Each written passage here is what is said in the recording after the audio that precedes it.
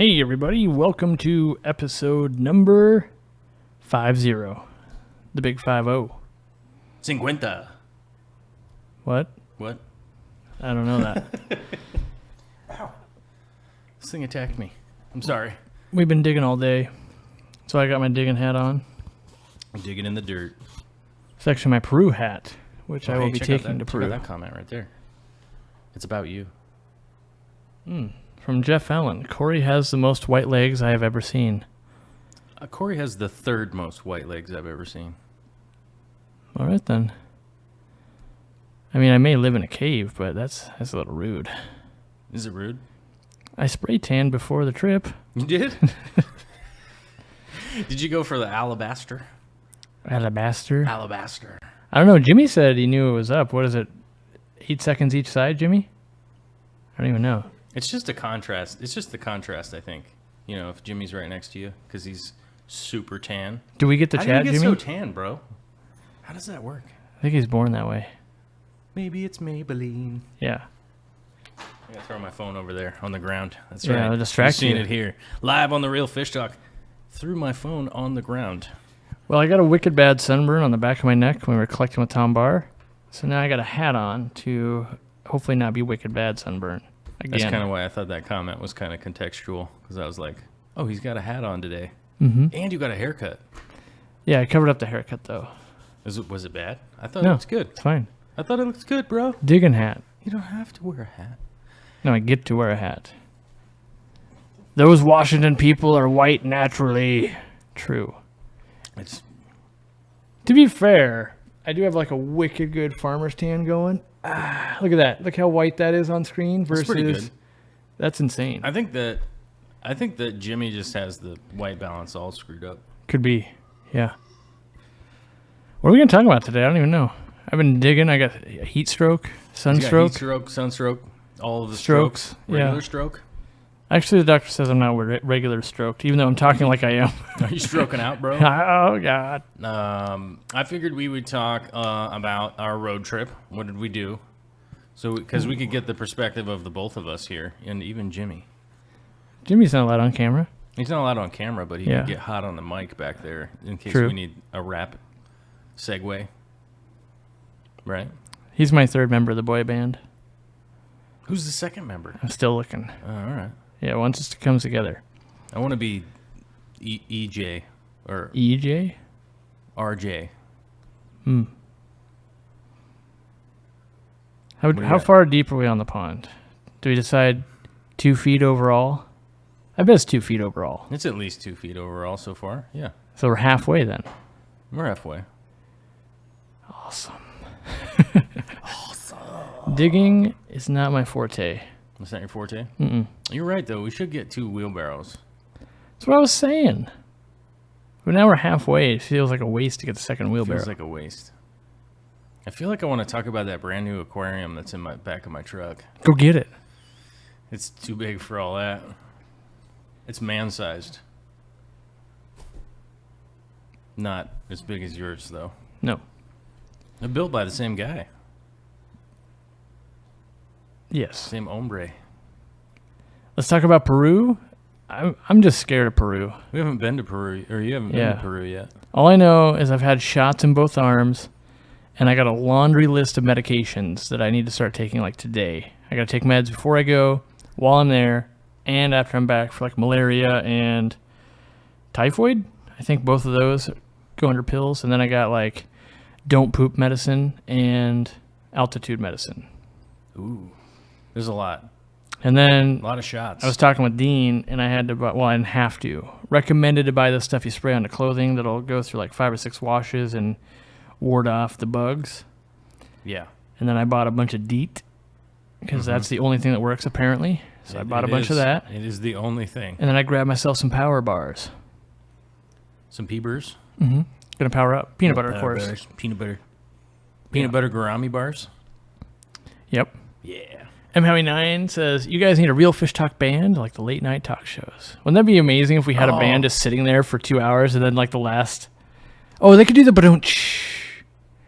They would never do it, though. We're not that funny. I would say, who's the guy that we need? What's his name? Reggie Watts? I don't know. We need Reggie Watts. What do you think, Jimmy? Jimmy's asleep, I think. Are you asleep? What? That He's was not even paying like a attention. You don't Muppet. know who Reggie Watts is. I don't. Maybe No. we could get Reggie in the full effect. I feel like we need a guy playing a bucket. We just need somebody named Reggie. And then we could It would just make be the like- show cooler for sure. Let me just be like, Reg, Yeah. hit it. And he'd be like, And he's what do you think, Reg? Yeah. yeah. And then he could like roll in every once Jimmy, in a while. how are you doing on that piano? Can you come in on the band?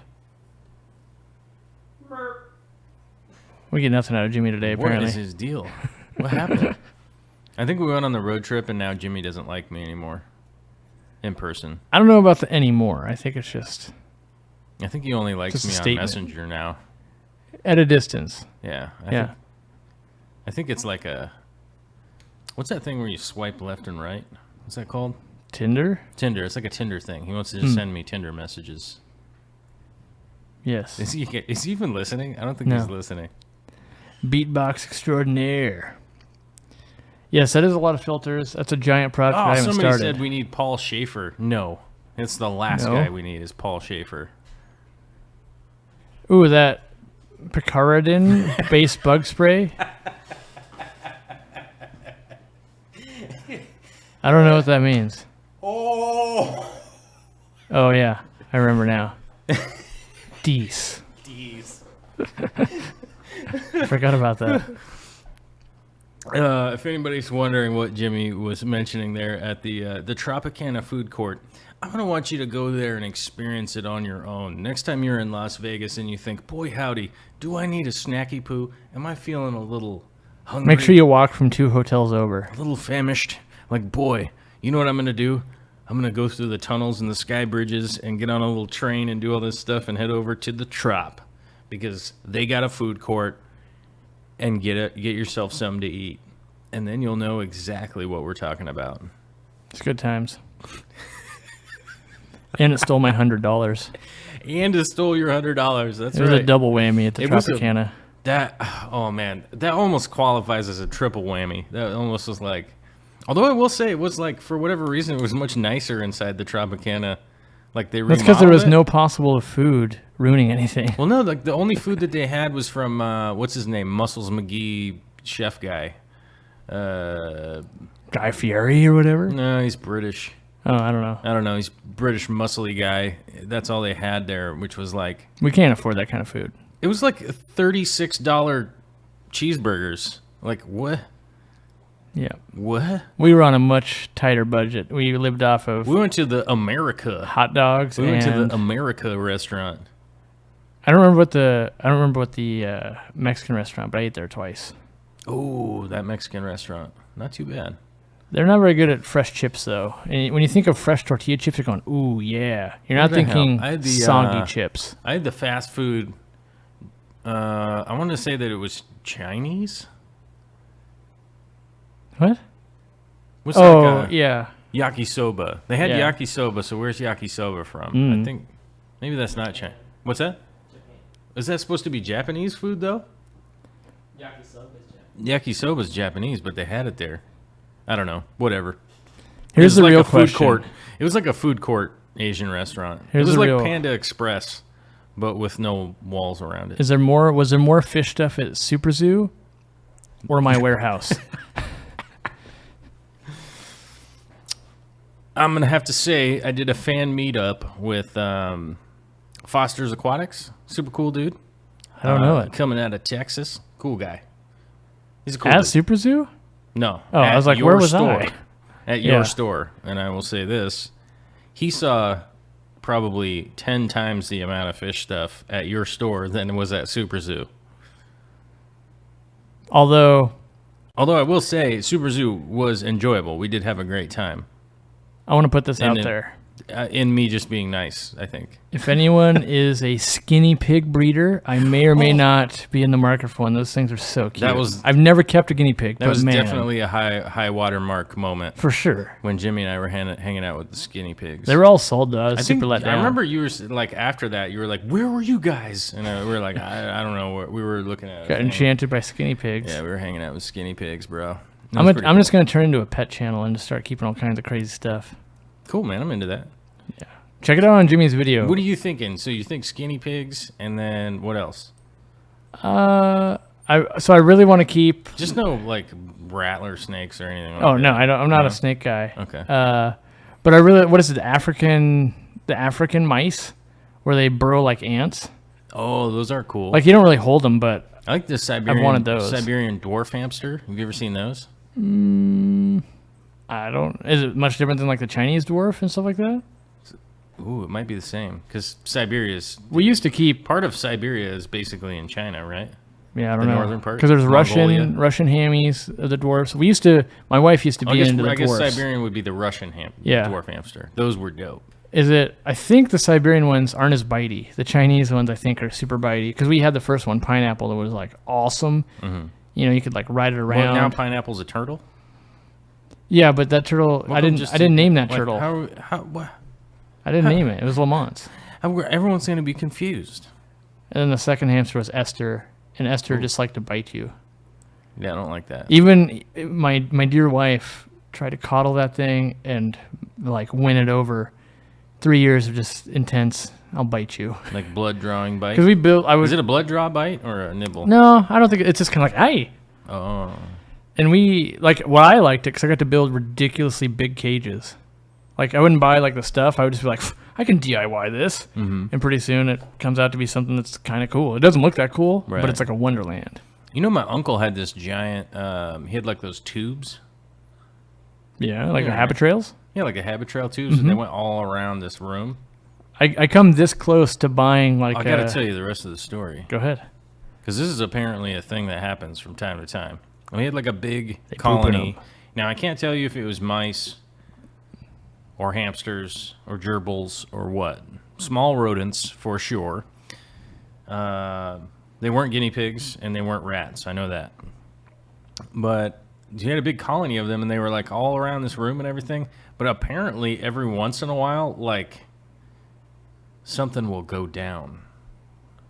You know what I mean? Like when the red moon rises. Like and they're they'll pee in the tube and then it just comes down. oh my. No.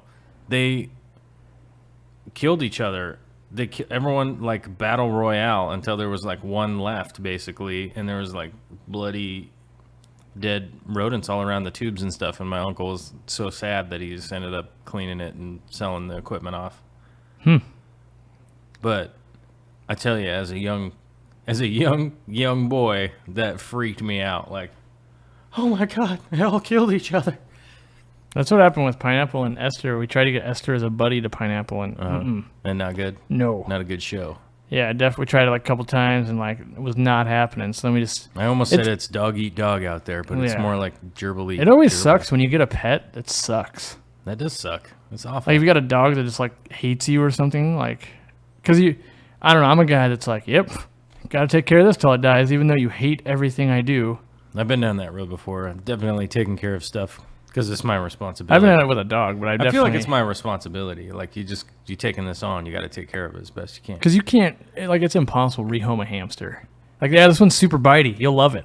Right. Like what do you? Yeah. Otherwise, you're just lying. Like no, it's perfect. It's got about a year left on its life. You know. I guess maybe. I don't know. I almost said something that seemed kind of insensitive, but maybe if you knew somebody that was into falconry, Yeah, you know, maybe that's like the natural way. could be. I just never had the heart to. I wouldn't have the heart to do that. I don't know. Yeah. I wouldn't want to be there, that's for sure. That'd be sad. No, I can't even be in the room when someone's like feeding live rats or whatever to their snakes. I've been I don't even around like to that. watch them eat dead ones. I've been around that. I was close friends with somebody who had she had two giant, like, what were they, albino, I think they were ball pythons. They weren't ball pythons, they were like boa constrictors. That makes sense. They're And big. she'd have to feed them like rabbits and stuff. Cole Schramm says, once in the house, it stays in the house. That's my motto. You got quite a menagerie going there. I believe Colstram that. has like a zoo. He's got my turtle. Your turtle? Ra. He's got a fly river turtle named Ra that I want super bad. Super bad. Mm-hmm. You should breed it. They're hard to breed. That's why I can't get one. And everyone has excuses. He does have it in a 600-gallon tank, though, so Whoa. Tip of the hat. Tip of the hat, bro. Mm-hmm. That's dope. Yeah. I want a 600 gallon. It's one of those. Actually, no, I don't. I don't want a 600 gallon. I want 120 gallon tanks. Which, by the way, there is one in my truck right now. Now you have to build a stand, fool. I'm stupid excited. What's that? Now you have to build a stand. It's already built. No, Fine. it's already built. Fine. It's already done. It's ready to go. Anyway, Ants in my pants, bro. it's one of those big fiberglass tubs that he's got with the window. Oh, like a pond? Kind of like a Kinda pond, like yes. a pond? All right. Yeah, makes sense. But he's got it up on blocks with crazy filtration. It's actually pretty cool. I know every time Cole shows me something, I'm like, get out of here.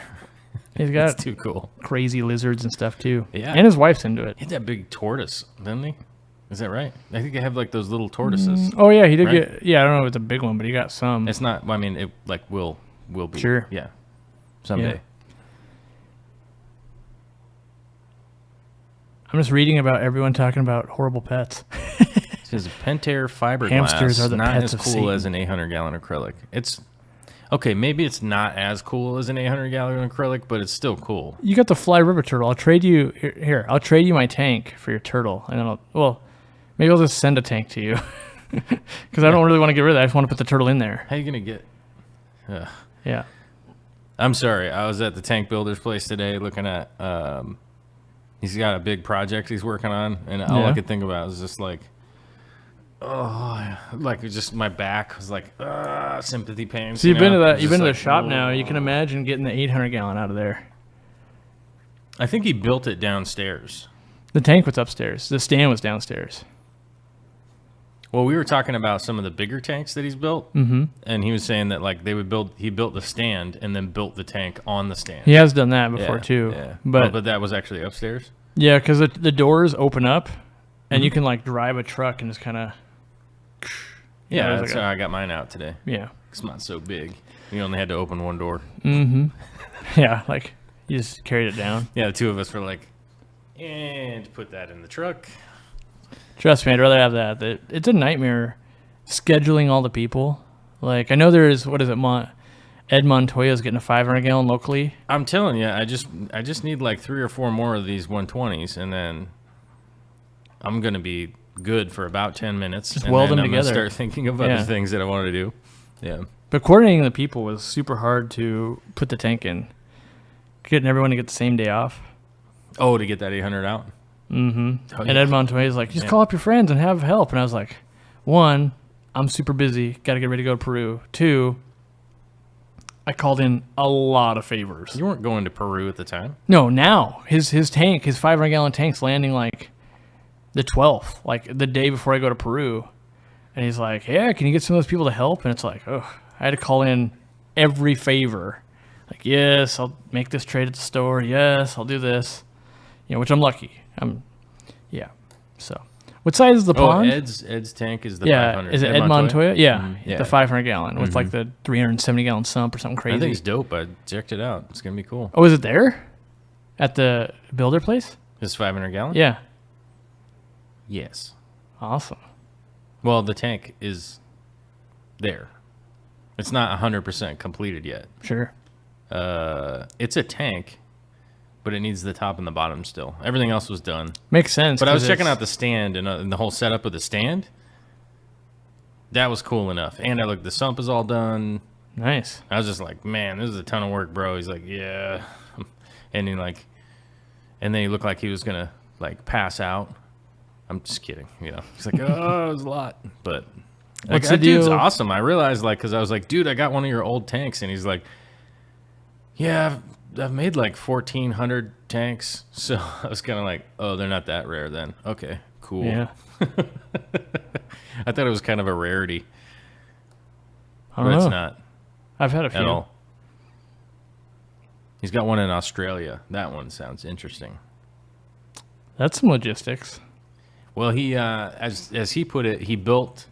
So it's a 10-foot long, 6-foot front to back, and then I think it's 4-foot tall.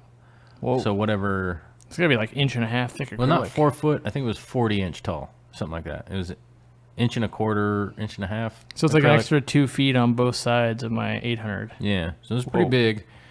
He built that thing for a guy, and the guy was moving to Australia. Oh, so probably just put on a... They like put a it straight in container a or shipping whatever. container with like the guy's car and all of his stuff, and then shipped it down there, which is cool. That was a cool story. I thought that was neat. I didn't film that part though, so I might as well just. He's not talk really a about it on filming here. kind of guy. Me? No, him. I filmed some of the shop and everything. Yeah. Yeah, it was pretty cool. So A little intro from him. I don't think he's very comfortable. yeah. He's got a YouTube channel actually. Oh, he does? Yeah. Oh, should check that out. When I started doing well, he's like, "Yeah, I'm gonna do that," and then everyone whew, that's work. That's a lot of work. Yeah, like right? oh geez. Yeah. So for the people that are late, all these filters they're just for a project later. That's all.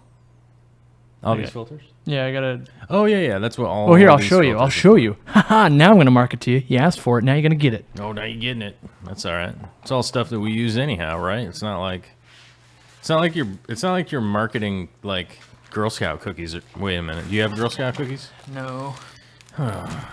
So this, I need to figure out. This is a product I had made in China for me. That's not noisy at all. No, you like that? The podcast people are just going nuts right now. Yeah. So this is 15 ppi, pores per square inch, reticulated foam in a convenient sheet.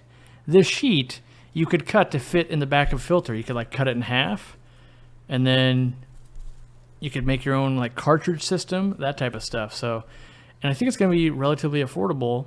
I only brought in I think 500 as the test, but so yeah, I kind of because one of the biggest things I get with all the questions we get is I've got X filter, what intake sponge, how do I hot rod the back, and what would you do? And so I'm going to go through each one and document it and then get it on the website so they can just go, oh, right here is exactly what is known to fit. Because I don't know the space of a PF10 Whisper Tetra filter, like without looking at it. It's super easy in the store to do it, but I like how porous this is because I think it's gonna work. That's pretty porous. Yeah. It's too bad you only bought those tiny sheets. I can get them made in any size, but this is the size I think I can ship easily. Otherwise, I'd have to like roll it up, What am I going to do with tiny little sheets like that? put them together. Let me answer that question. Nothing. Think you could cut, and then like the overflow on one of your tanks, you could keep leaves out of there. So versatile. That actually would work, yeah. Yeah. I don't know. That's Fine. That's why I only brought- You gave me an actual use. That's why I only brought 500 because when you're at the factory, they're just like, yeah, what specs? And then it's like, I don't know, like this. Right. Let's try this, and then I'll find out like, oh, it actually needs to be this much longer because that totally fits like an Aquaclear 110 or something. I have no idea, but So what is that? 12 inch, it's 10 by 10? well, they don't do inches, so it's 24 by 23 by 3 centimeter. So it's like an inch thick. Well, 2.2 centimeters, so it's like an inch and a quarter thick, and then 24 centimeters is like 10 inches. Do we have a tape measure? That'd make this easier. Yeah, but I think it's like basically 10 by 10 by inch and a quarter. Mm-hmm.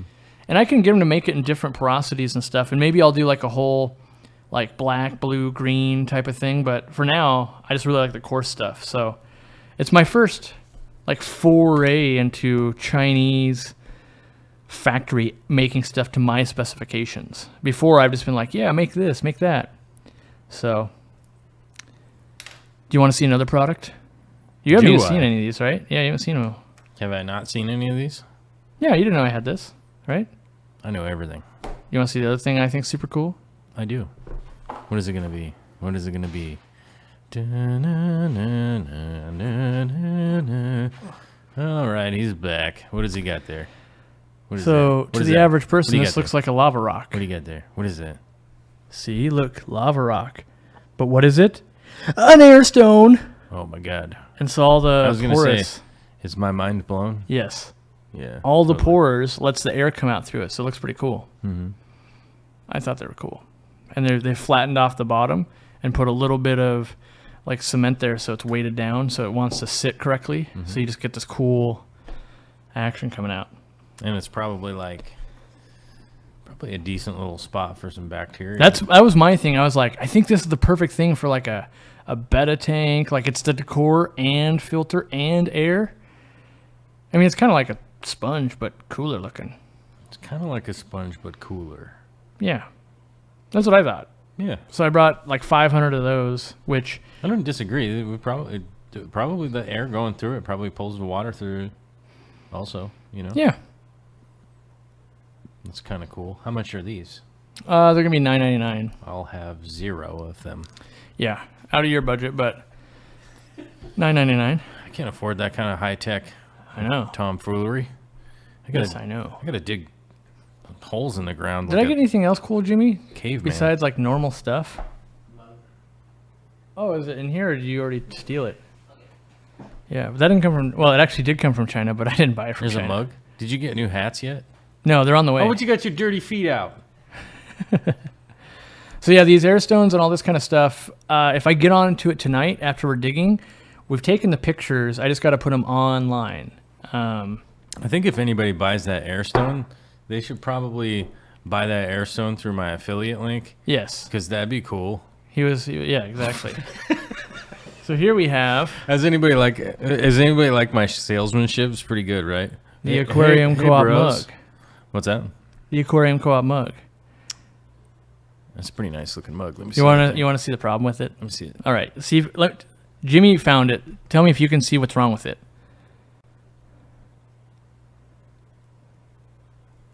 It's a real humdinger. The minute he did it to me, I was like, "Are you kidding me?"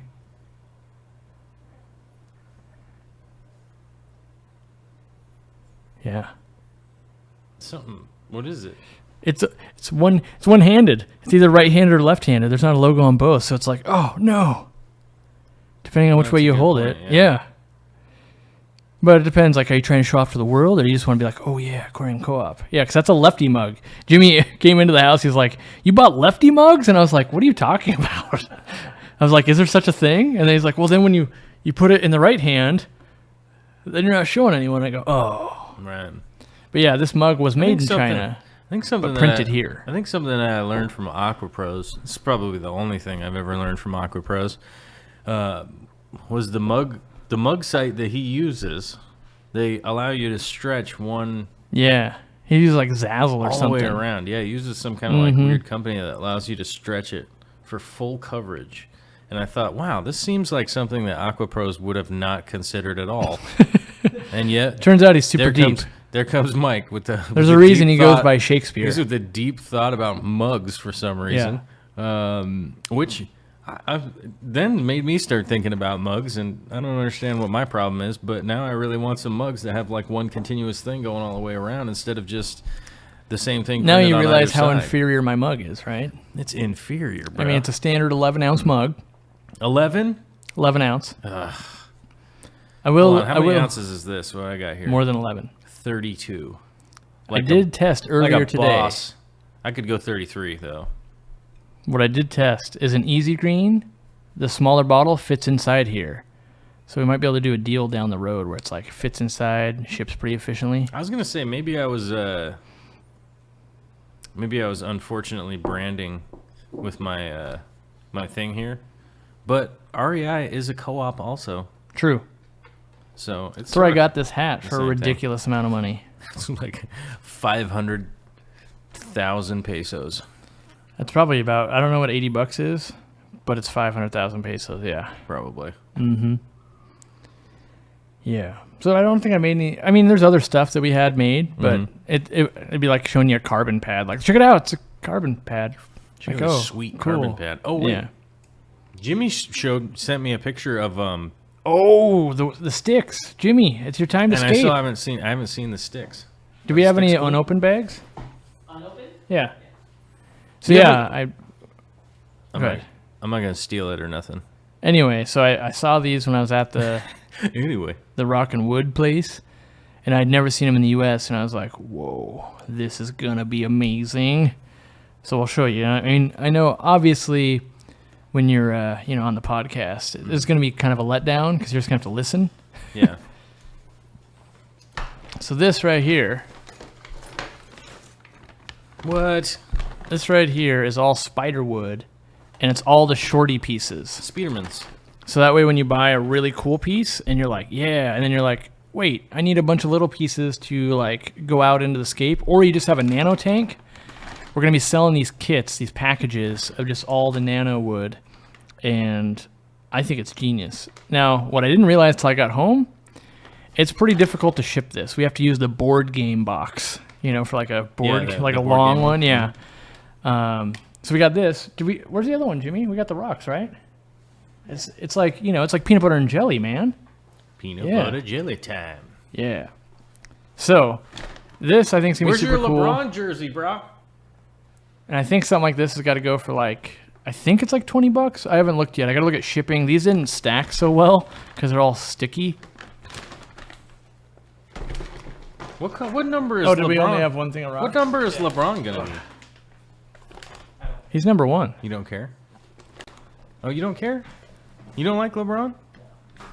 So I kind of like LeBron. He looks like he's 50. This is 5 pounds of Dragonstone, and they're all small pieces. So that, like, normally we sell all the big pieces, right? This, you can finally, like, do the small amount of scape. Or if you had, like, a 5-gallon, you could buy this and the wood pack and make a sweet scape just out of these. Yeah, you really could. And so I want to say, like, it's 5 pounds, right? So we got to sell it for, like, $25, but something like this would just make a small tank. And there's rocks missing out of here. Cool. There's more rocks in here, but, But unfortunately, I'm a dummy. I only brought in, like, 100 of each, and so they're gonna go pretty quick. But I'll reorder. But you see that bag over there? I'm always afraid because like stuff's not exactly. Are you writing your name on it? I'm always afraid stuff's not gonna come in through customs or it doesn't work out. It's squishy. And so I don't want to lose a ton of money and be like, oh, no one wanted my bags of sticks. So yeah, LG3 Nation with the $50 super chat with no words. What's that? LG3 Nation with the $50 super chat says, Joel's pen smells like his butt. Smells like a buns. Yep. There, you guys can order. You can special order the one that I signed. The special signed one? Yeah. Nice. So, yeah. Was that fun? I had fun writing on that. So, yeah, we've been taking some pictures and this kind of stuff. We're going to get on the website soon-ish. But we got to make sure we can ship it efficiently. We don't want all the sticks to arrive broken or, I don't know. I mean, it's mostly that. It's logistics. That's the only thing holding us back right now is logistics. So, I don't know about how I feel about this, but it probably looks cool in an aquarium. What do you think, Joel? What? What do you think about this? That'll be great for about 2 months. Yeah, just a little boing. That thing will be fantastic, but it will break down pretty quick. I mean, maybe it'll last longer. I mean... Oh, is that the actual picture? There you go. I've got some little spiderwoods. So those are some of the pictures that we've been taking for the website and stuff. And when I say we, I mean Jimmy. Jimmy's... Alyssa was saying, really how good can you at hold sticks and rocks and not open it up and play with arrangements? Because we got the pictures of them already. And it makes a lot of noise when we're clambering around on the table with rocks, But yeah, but look at all those dope pictures. pictures. Yeah, Jimmy makes me sad. I have like no talent. Jimmy's real good to me. I feel like a hacky pack. We just keep stoking the fire by throwing food at him. He's gained like 100 pounds since he's been here, but he's getting really good at video. It's 100 pounds of power. Yeah, though. He's leveling up and like you can't hang out in the lane when Jimmy's driving the hole. That's what I'm saying. He's put on so much since he was a rookie. He's got like he's got Shaq mass now. That's what I mean. When he came out of college, he was like stick and bone. He looked like Durant, He looked like the Durantula. But, now he's growing that man struff, So you can't occupy that space. I mean, after he doesn't shave for like a week, he looks scary, He'll bowl over you, and he'll trick you into taking the foul. He's got that much... he's got that many tricks up his sleeve that you think, oh, I'm going to get that ball. So you move, and then, oh, now it's a foul. And he gets an and one and makes you look like a fool. Which is sad for me. But it's pretty glorious for Jimmy. It's the yin and yang of life, right? For sure. So yeah, that's all my new stuff, all the work I gotta get all that stuff up before Peru. Wild Nature says, Joel makes me sad. Yeah. High fives. High fives. That's a good times for everybody. Yeah. I think I'm going to cry a little bit. Ooh, on camera. Jimmy, let's see if we can get Jimmy on the mic for this. What kind of camera do you use, Jimmy? Oh, yeah. What? His camera? Yeah, you want to get... Oh, his mic's not even plugged in, I guess. He's currently running with the A7S. Is that what it is? A7 III? A7 IIIS, right? Something. I don't know. RS? Oh, he typed, yeah, A7 III, and then the G Master lens. So... Gone Mad. Got the spider wood. I think Sean F has figured out my secret. Sean F? Uh-huh. I don't know Sean F. I don't see right it. there. Oh, yep. Yeah, Joel is a daydreamer. Here's what you guys don't realize about Joel, right? Joel's already put in like 5 hours of digging in the sun before he came and did the show. Mm-hmm. He's powering up, and he's going to dig another 5 hours, and I'll dig like 2 hours because I'm not fit like this gentleman. And I picked up a tank. And I drove. And you picked up a tank. And I drove 2 hours in traffic. Yeah. But amongst other things today, I did some other stuff too. It's none of your business. Yes. Time frame when the spiderwood packs will be up? Hopefully by tomorrow. Cool. Hopefully. Can't say I don't want one, but I got some chombar wood I got to deal with. There may or may not be a sale tomorrow, and by may not I mean there will, because it's 4th of July. Oh man. So 4th of July sale? Mm-hmm. What does it look like? Awesome. It'll be the biggest. It's the biggest discount we'll have all year. Whoa. Yeah. So it's a 1-day sale. Biggest discount we'll have all year. And I ask everyone to spend all of your money so I don't have to lay people off in the summer. That's why I run the biggest discount during then, because summer is the slowest sales, because everyone's like, I'm going camping. I'm doing marshmallowy stuff. Mm-hmm. And July is the only month I've ever lost money ever. And other July months, like years, not good either. So that's when I started doing the sale. And last year went pretty good. And so I'm hoping it repeats this year because it makes it, I don't have to start going like, well, how about you only work 4 days for the next month? You know, I can just go like, yep, yeah, we'll just invest. Nobody likes that. Yeah, I just invest it into the employees. So, yeah. Barbara Jackson says, when I got up, Joel's day was already half over. Yeah, but I stay up later than everybody else too. I don't know if you, I don't know if you stay up later than me. We going bowling? It's right down the street. Yeah. I stayed up till 1, but I slept till 10 and then woke up not feeling good. I don't know what it is. I don't know. What's that deleted one? I want to see it. It was all just emojis. Oh, it was all emojis? Yeah. Yeah, we don't like emojis. that. We don't like that all emojis. Sorry, guys. We can't read them. We're old. We're old. We can't read all them emojis, you know? So I'm doing a live stream tomorrow. Are you? That. You said you were? Yeah, I'll be doing a live stream tomorrow. I didn't realize that you were going to do one, so maybe I'm doing it at 9 a.m. How long is it? 8 hours long? No, like, I don't know, maybe a couple. Okay. It depends on how it's rolling. We'll figure out a timing, because it would be better if I do mine like just right after yours. Yeah, I'll send people your way. Mm-hmm. I'll do an early one for the holiday. I like KG Cichlids' promo code. He says, promo code, you're fired. Yeah, if we don't get enough, people don't use enough codes, I have to fire someone. That's not true. I would never, truth be told. No, the promo code is, your hours have been reduced by 20%. Truth be told, I reduced my own pay first. Right, yeah. Which sucks, because it can get pretty hard in the summer. You're going to Peru, bro. Yeah. It ain't cheap. It ain't cheap, but luckily that got paid for already. Yeah, that was a long time ago. I actually try to buy as much as I can, like before summer hits, knowing that like you can live off that. Like, okay, I just got to pay my employees. Like a crazy. Oh yeah, that makes sense. A crazy stat that I was going over numbers from last month, and with some pay raises that were given, my payroll is now $30,000 for the month, which that's a hard thing to swallow. Yeah, you have to pay people. Yeah, I just never thought when I started a business I'd be like that seems like a giant corporation to me. $30,000 a month? No, giant corporation is like 12.2 million or something. Yeah, and I know. You're trying to shave off 1/8%. Yeah, I guess when I worked for a fish store, like payroll is probably like $3,000 or something for that. I worked for a place when we did payroll was for 320 people. Whoa. And that was staggering numbers sometimes. Mm-hmm. Like, oh. Yeah. Ooh, Stephen Calkins. Scroll up a little bit, Jimmy. Yeah, right there. I plan on resealing my tank, but I'm tight on money for a week or two.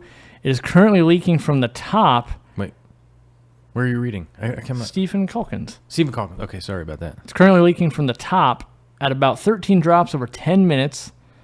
I don't have anywhere to house the fish until then. All right, I got to move. My move is just drain the water from below where the leak is. If it's at the bottom, but it did say at the top, right? Yeah, leaking from the top. Mm-hmm. The other thing to look at, a lot of times you'll think your tank's leaking, but if the water's really high, it can actually wick through the trim. The trim. Yeah, I've seen that before. Like, because that silicone, because you're kind of like, you put your arms on it when you're working on it, you can loosen it up in there. Mm-hmm. And somehow, and I don't know why, but it'll wick the water, and if you push on it, you can really make it do it. And so if it's just that, just drop it down a little bit. You know, I've seen. Hey, one of my mods, ban Ashton. I'm tired of his crap.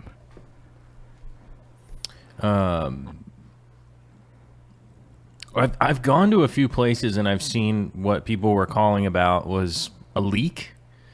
Sometimes it's like maybe not all the time, or maybe not 50% of the time, but a high percentage have been like, what is this little thing doing? You know, or something weird like that.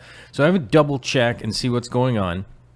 If you are super tight, I didn't hear how big the tank was. Did it say how big it was? No. So I think depending on how big the tank was, this maybe isn't the greatest thing in the world to do, but I've definitely done it before. Like I have some of those old black totes, you know, from like Home Depot. Yeah. With the weird yellow lid that always is broken, you know. So I use some of those. I've used those as a temporary fish thing. I've used 5-gallon buckets for a temporary fish thing. I've used trash cans, like new trash cans. That are clean. like the Brutes ones. Yeah, I've used the Brute trash cans. I've used the blue rectangular recycling can, because that was way cheaper than buying the because believe it or not, you like go to Home Depot, like the recycling cans are cheaper than the trash cans. I don't know about now, but they used to be. So I actually bought one of those, which was like like one of those over there, like that one, like the tall skinny rectangle. It said it's 125 gallons. So it's a and it does do that when he touches the trim. So I bet you if you just back it off by like a half an inch or an inch, you're probably good. Yeah, you might be able to scrape that out, clean the surface, and re-silicone it. You might be okay. Let it dry out, you could though, probably before you do that. like lower it to like a third, and then like when that trim gets kind of iffy, you can kind of pull it up a lot of times. You might just be able to pull it up and be like, and push it back down and let it dry. I have to make the fart noise though. Yeah, it's got to do that. Work. Yeah, but you're sounding like you're in a good position though. Like, and so the other thing I would say is just because the trim is doing that doesn't mean all your other seals are compromised. Like, that's a pretty common thing. So I wouldn't necessarily like tear it down and redo the whole thing. Just probably somebody picked it up by the trim. That's why they say don't lift by the trim, because it will pull that off. And then, you know, like you said, it could wick water through it. But you know, oftentimes that's what I find. A lot of times it's always something weird, you know, somebody will call like my overflow is leaking, and it just turns out like the bulkhead got loose somehow, you know, or I guess it's always like in just the something aquarium kind of goofy hobby, like that.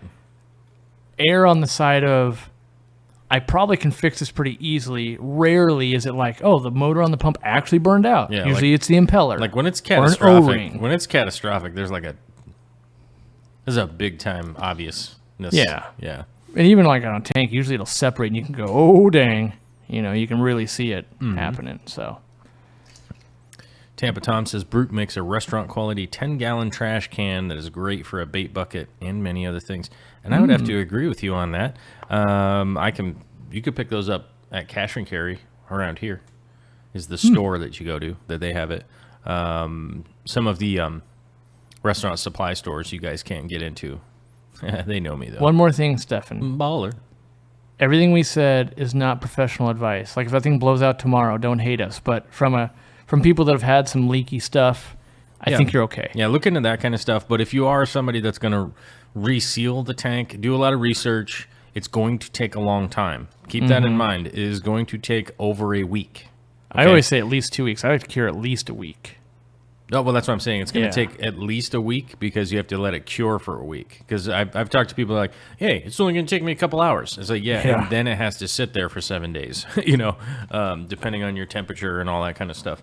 But it's going to have to cure for that period of time. So it's going to take at least a week worth of time. Like if you get it all done in one day, it's possible. Can do it. But, honestly, a real alternative is to look like maybe through Facebook Marketplace or Craigslist or something like that can be a temporary tank that you might be able to pick up for cheap if you are going to resell the tank. So I would look at it that way. It is possible to do, but it is a lot of work for what I would consider at this point in time pretty small return. Not to say that 125 is free or cheap or anything like that, because it certainly isn't. But you could definitely trade off. You start to think about your time, how long it's going to be, how long the project's going to be. It might just be more economical to get a new one. These days, just with how cheap tanks are. Yeah. I think I've right got that now 120 Petco's I've got 50% I've got the off. brand new 120.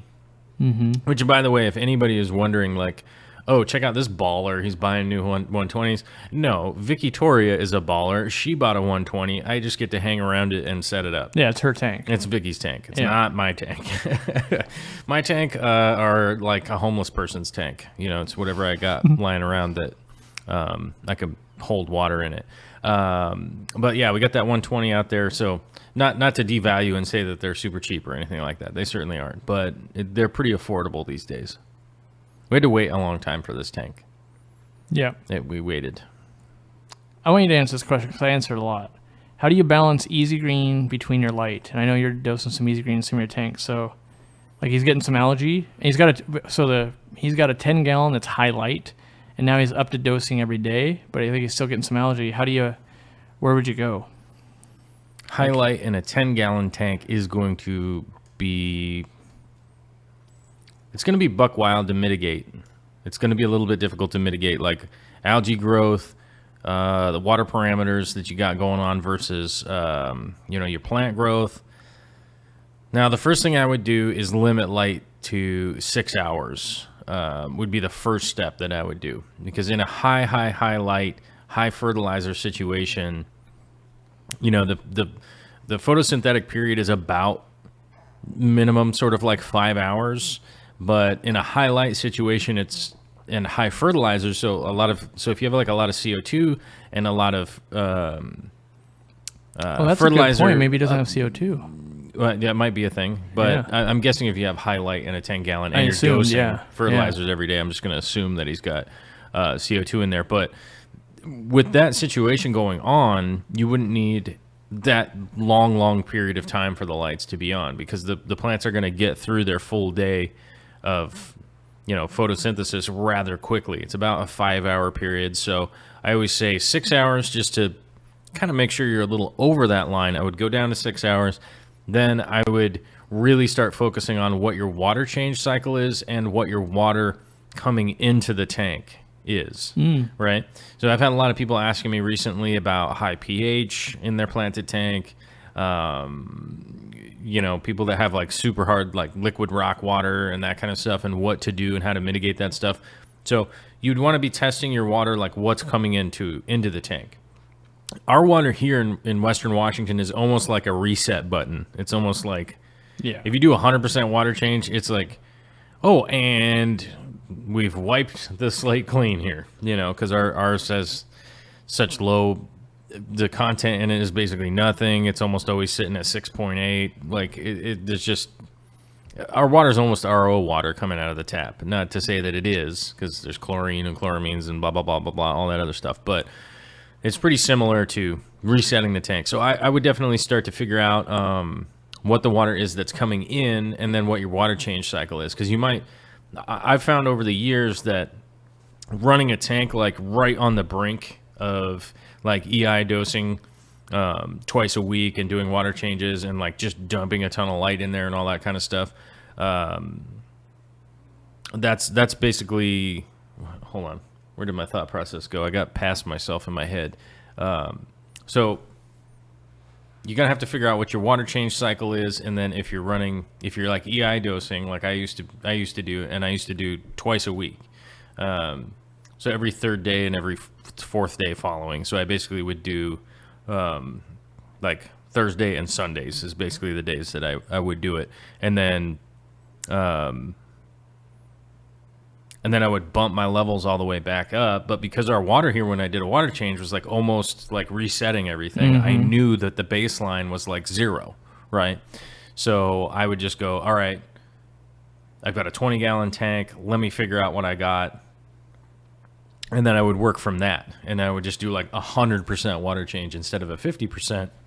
And then go, we're full dosing again. And then 100% water change, full dose, 100% water change, full dose.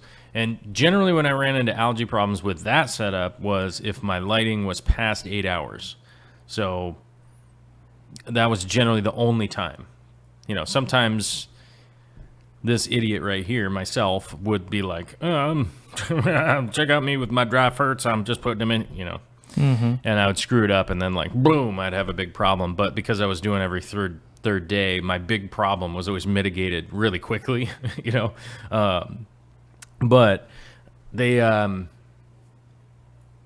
easiest thing to do with like Easy Green would be to, like I said, check your water ahead of time so you know what your baseline is, and then go in half increments of what the instructions say, right? So I would start out with, when I say half, I mean, we go like, what does the instructions say? 1 pump per gallon or whatever. Per 10, yeah. Right, per 10. Per 10 gallons? Oh, crap. I got to figure out the math here. But if you go with the nano, it's per gallon. Oh, so you go for the nano, it's per gallon. So let's go with the nano. Sure. We'll just say, let's say it's 10 pumps, then you need to half it and go down to 5. Let's say 5 is either too much or not enough. You're going to be figuring out by testing. You can check your nitrates, check your stuff, see what's going on, see what's depleted. And if it's not enough, then I would go and double it back up again. But if it's too much, I would go by half again.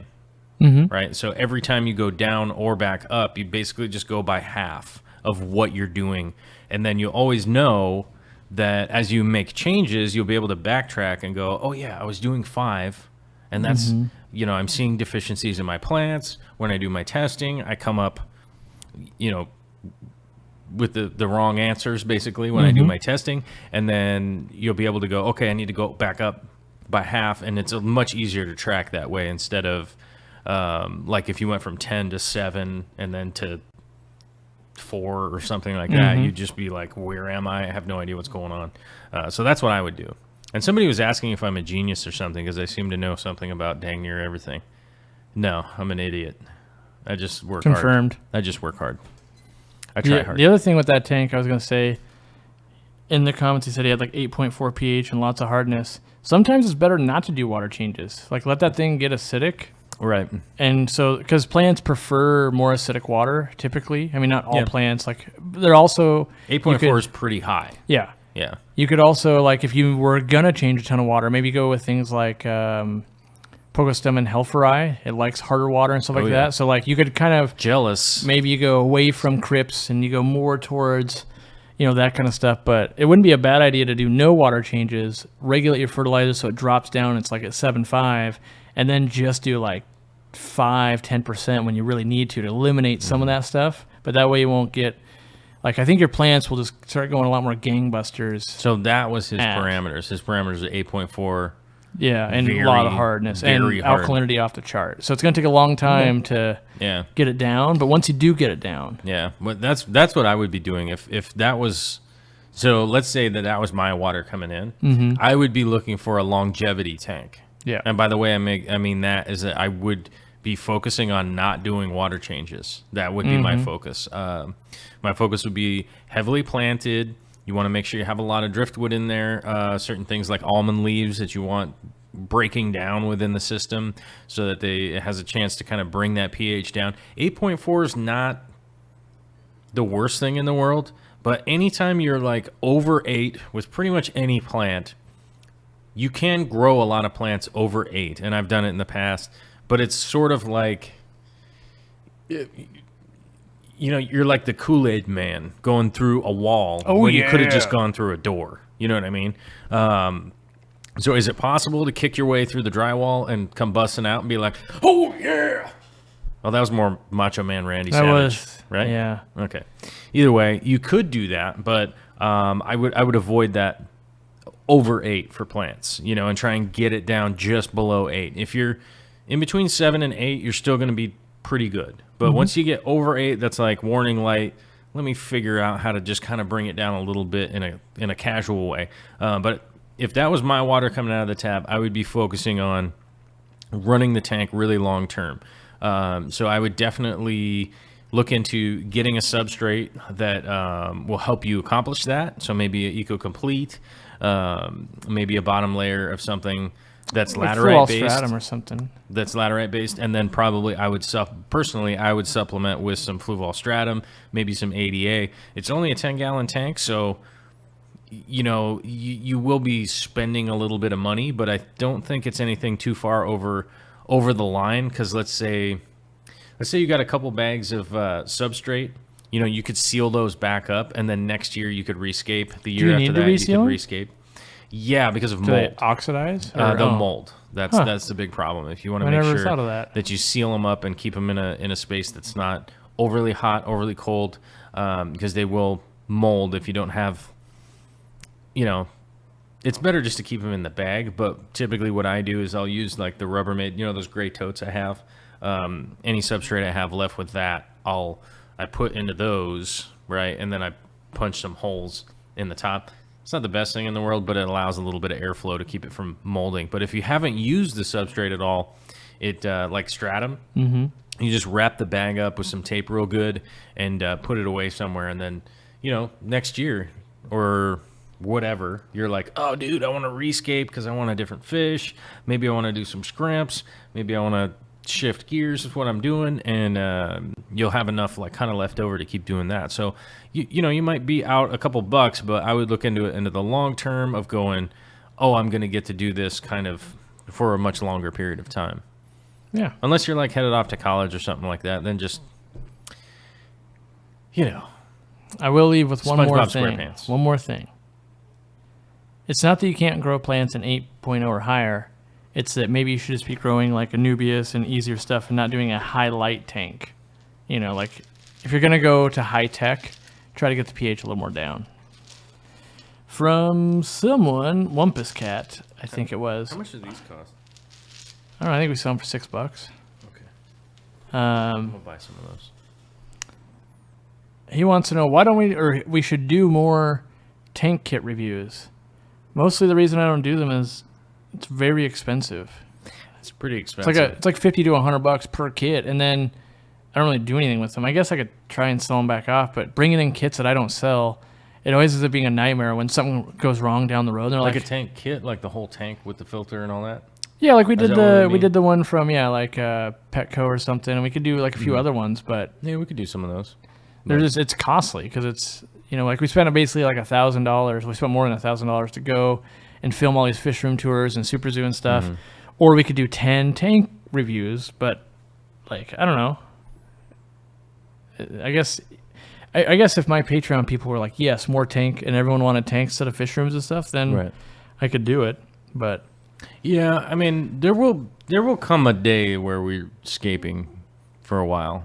That's all down. Winter's coming. That's one of the reasons that we're going to these conventions. I mean, where else are we going to talk to the CFO or the CEO or the COO or the OOO? What's the OOO? That's the owner. Because everyone goes, oh, he's here. Yeah.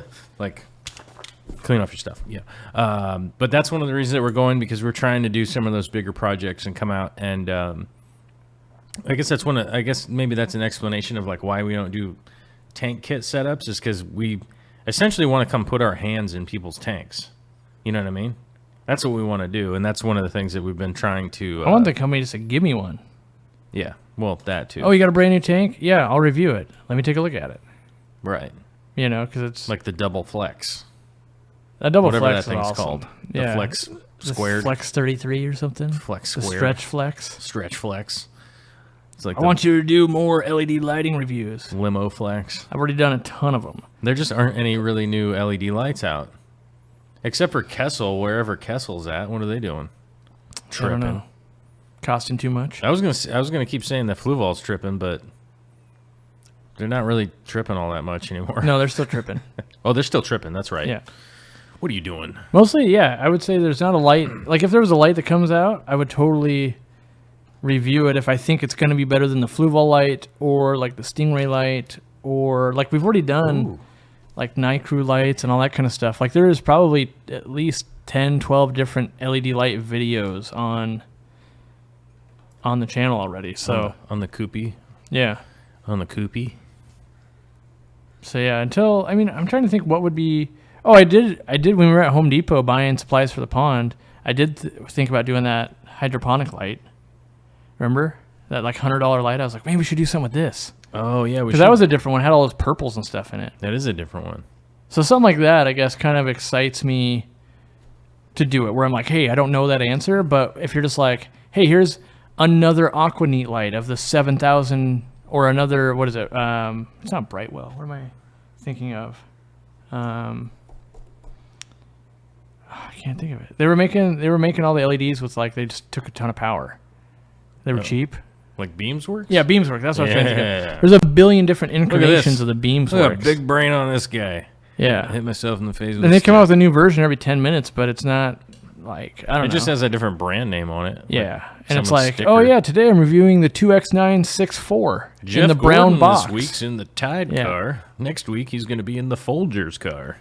So Dean asked what fish what couple species I want to bring back from Peru. Honestly, in a perfect world, I bring nothing back, but I would find it very hard to say no to some earth eaters. Like if somehow where we're collecting there's earth eaters, I'd be down. Ooh. What's up? Sorry, Dan Meads was asking, have you considered looking into hydroponic lights? He's using the 24-inch sun blasters. The 24-inch sun blasters are dope, by the way. Mm-hmm. So anyhow, back to But yeah, I do look Peru. at those lights. I'm trying to think of something else. I don't think you're really going to bring anything back for Peru. I'm trying The not to. memories, Yeah, I want to document videos, a ton. photos. I'm trying to think of something. Don't take pictures. I've seen your pictures. They're awful. They're worse than mine. No, document with video, bro. Terrible. Oh, I'm trying to think of a fish that you don't even have a macro lens. I guess it would be hard to say. It'd be hard to say no to like 500 of the same Corridora. But I don't know how much it costs to ship back and everything. Yeah, I don't know that I would. That's probably not I mean, worth part it. of the problem is I can Which kind of corridors, though? I don't even know. Well, what is it? The ones with the flagtail. What are those ones? They're like super hard to breed in captivity. And I always want to say the Ralabuti, but they're not. They're something that starts with an R. I always have to Google it. But Yeah. something like that, sure. But I bet you something maybe like the giant hatchet fish. You know, there's those like Oh, those are 6 cool. or 8 inch things. Like if I found those, okay, maybe like put them in the 800 gallon after quarantine, maybe something like that. But I think the thing to come home with me is gonna be like the story. Like we caught this same lungfish 7 times in a row. All right, you got to come home with me. You know, It's something gotta like happen. that, or the thing that bites my finger off, or you know, I think I'm looking for something I don't know exists. Like that's what happened when I was in Florida. I mean, I knew stuff existed, but seeing it under the sunlight, robustus is what someone is saying is the one I'm looking for. Robustus. But Got like me. in Florida, I fell in love with a bunch of stuff I didn't normally love, but seeing in the sunlight in the natural habitat really made a drab fish look awesome to me. And I'm hoping the same thing happens in Peru. Like, oh man, this is super cool. Like, it'd be cool to collect your own Amazon puffers, but I don't think I would do it. Yeah. Because they came back, they were so hard to get back for Dean that I feel like Mm-hmm. we are thinking about taking meds and food though. Because that's 2 things we can do to help the wholesalers. Like we can pre-med while we're collecting. We can med back at the place and try to fight off like fungal and bacterial infections before they gotta fly. And then we can provide food to feed them. You know, maybe like I don't know if we bring like freeze dried or a flake or Robinette. That's what it is. Robinette is the one I'm thinking of. Nebraska. Good job. Yeah, not robustus. Robinette.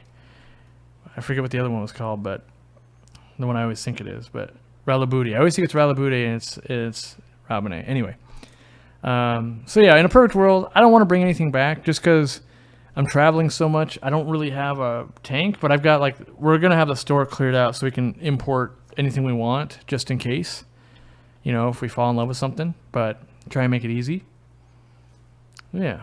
And then someone's been asking me for a while, what turtle do I want to keep besides a fly river turtle? The one that's on my radar still is a mata turtle.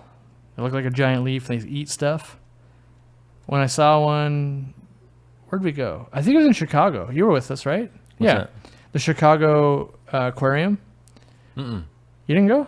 No, I didn't go. Oh, okay. To the shed? You were at Aquatic Experience, though. Yeah, I didn't go to the shed. Well, they had a big... You guys went there without me because you were like... You were hanging out with Eric Gomad, right? You were like, screw this guy. Yeah. But they had a big display. No, my flight got in late. They had a big display with all the stuff, and the mata turtle wasn't murdering everything. It was kind of awesome. That is cool. So that's kind of why I want to mata try and make it live with some other stuff. That's sad. I'm not even going to be able to go to the shed this year because Aquatic Experience is in... New Jersey. Jersey. By the way, probably something cool in I Jersey. will be in Chicago next month. I'm going to be at Aquashella. So be there if you're within driving distance. I'm not going to be able to make it to Aquashella. I'm going to be at Nisi's house. For real? I think we're going to stop by there. Awesome. She said she was going to make us sandwiches or something. Yeah. Pot roast, maybe. The Aquarius podcast is in the chat. Yes, I was on the show that released Monday. You were like 2 weeks ago or 1 week ago? You were 1 week ago. I think I was 2 weeks ago. Mine just came out like on Monday or something like that. Really? Mm-hmm. What, yesterday? It must have been Friday. I feel like it was Friday. I don't know. I don't really know what day it is anymore. I count it in days like until I have to get on a plane to Peru. Like I got a few days left. Yeah. Are you pre-soaking that wood? I'm giving it the pipe treatment. See? Yeah. Yeah. All right. What else we got to talk about today? When is there going to be an electrical video? Not by me.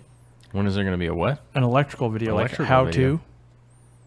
Nah, I'm not. It's too dangerous. Like if we give any bad advice, I people try. get hurt. A lot of people know I'm an electrician, but I try not to do electrical videos because... Like if I do plumbing and it goes horribly wrong, you got water on the floor. Electrical, someone might die. Or start a fire. That's, like those are... I'll take water over fire any day. Right. Which water can lead to fire, but that's besides the point. Mm-hmm. But yeah, I don't think you're going to see too many of those just because the liability is pretty high and, you'd feel horrible if someone actually got hurt. So... Food making time. Yum. I'm trying to think what else we got going on. So we're building the pond. When are you setting up that 120? The 120? Mm-hmm. Not yet. It'll be a while. All right. It will be a little bit. Ooh, we're thinking about... But I'm excited for it. We're thinking about trying to film my niece's tank again. The one... Like, Justin works at the store now, and now he's the warehouse manager. Mm-hmm. And he never owned an aquarium until we got one for his daughter. Right. But I'm going to be at his house for 4th of July. We're thinking about trying to do the update finally, like, how year and a half later. I said, good. Oh, yeah, we'll chime in, 18 months. It's good. I had to let it grow in. Yeah. Gotta let it No, it looks really good now. Would you take fireworks over fire, Joel? If you had to choose fire or fireworks? What does that mean? I don't know. In your garage. On fire or fireworks in the garage? Well, I'm pretty sure fireworks in the garage would catch the garage on fire. What if it was like poppets? Well, yeah, that's fine. Yeah, I'd take poppets. That's not fireworks. How is business doing compared to last year for me? What do you got? James Neesham has a question. Anyone paid for YouTube Premium? Is it worth it? I have it. I think it's worth it. I don't pay for it, but I think it's worth it. I have it because... So here's my honest thing. I got it because I wanted to download stuff for planes. Mm-hmm. But the icing on the cake that really made me get it was I'm a guy that always uses ad blocker, and anytime I watched anyone else's video, they weren't getting paid from me. Right. But now premium kicks in a couple of cents, so I'm doing my part, and I don't have to feel guilty anymore. So that's why. And it's like what I don't like is they upped the price by like $2 when they went from YouTube Red to Premium. Right. So that was kind of an underhanded move, but I do like it. I run it. For me, it's kind of a no-brainer. Like, YouTube pays me money. And so I'm like, oh, it makes sense for me to, utilize that service as best I can. Plus, I'm a guy that really, like, I'll re-listen to our podcast and stuff while we're driving. Right. And I hate when the ads queue up and they're, like, blaring on my stereo. Right. So. Somebody in the chat was asking whether I have thought about uploading my show on a podcast format. Yes. Yes, I have thought about it. And as a matter of fact, Dan Squire's in the chat right there.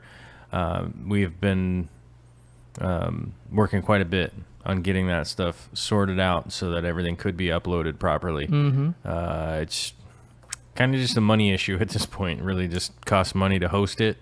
And I haven't been able to find a solution that will be able to handle basically uploading the content, because it's a lot. There's a lot of hours, and it basically would just put us over the threshold with most everybody, unless we're at like the really, really expensive tier, which is like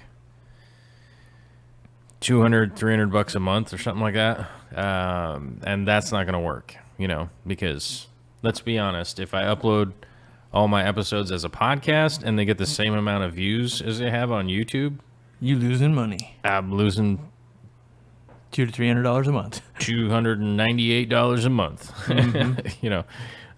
Or just whatever it costs to host. So it's kind of one of those things. There are some cheaper podcast apps and stuff like that, so I don't really necessarily need anybody's input. I've basically been through all of them. The big problem is just being able to get them all up there and continue to upload them at the same time. So if I was like starting a show tomorrow and here's the first episode, it wouldn't be a problem. It makes a lot more sense to upload as you go. When you have a bunch to upload all at once, they really penalize you. So, they really beat you up.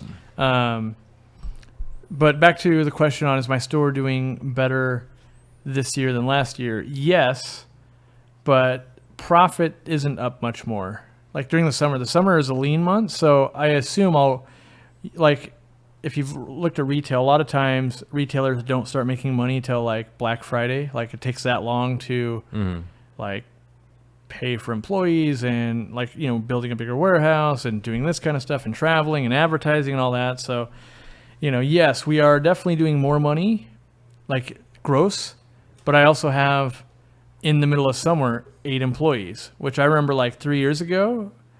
If you guys remember, it was basically just me and Lamont. Like the very first shows was just me and Lamont, and in the summer, all I had to do was pay for me and Lamont. Now we're up to 8 people. Right. Might even be 9 now. I don't even know, and so that's a lot more to carry through the lean months. But in theory, we'll have all this trained staff, which is good for the the good months where we're selling a bunch, that type of thing. So, yeah. Sorry, I couldn't remember my other podcast moderator. Oh. I could only remember her real name. Yeah, you don't want to give that out. Mellow Moogle. Ah. Also, and Dan Squires. Daryl Dime with the $20 I could not, for the chat. life of me, I just couldn't remember her You met handle. her? No, I know her real name. Yeah. I'm not putting her real name out there. Put her handle out there. I can't remember her real name. I'm Moogs. sorry. Moogs? Moogle. Mooget? Yeah. I am thinking about trying to see if it's in the budget to do what do they call it? A network channel, I think is what the podcast people call it, where I can have a bunch of people under the same podcast umbrella. Right.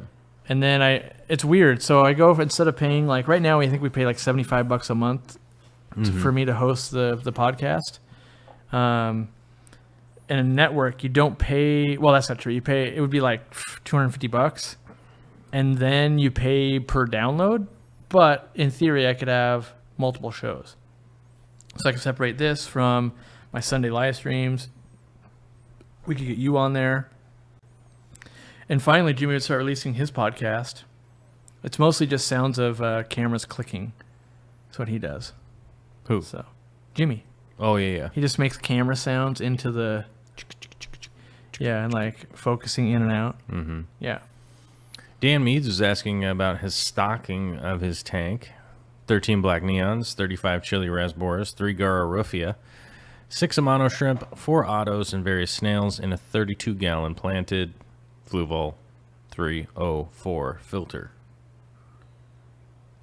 Let me think on it for a second. I mean, it's the autos, the shrimp. That's really nothing. 35, 13. Yeah, I mean, I wouldn't think add you're all anything. right. I wouldn't add anything else. Sounds like you're stocked. I would know? just make sure you got an intake sponge so that way you're not sucking up little chili raspberries.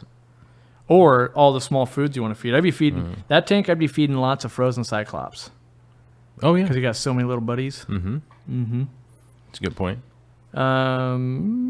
It's nature, man. Is Patreon the best way to support? What do you think? Like honestly, what do you think the best possible way to support something we're doing? Is it the best? Man, It's got the best ratio, I think, right? I feel like Patreon is the best way to support, honestly. I mean, obviously, like watching YouTube videos, liking and sharing and all that kind of stuff is Ooh. cool. Yeah. Would you take? But if here's you, a good question. here's the thing: if you want to support by just being involved, then the best way to would be like show up live or leave comments or like the video, share it out and that kind of stuff.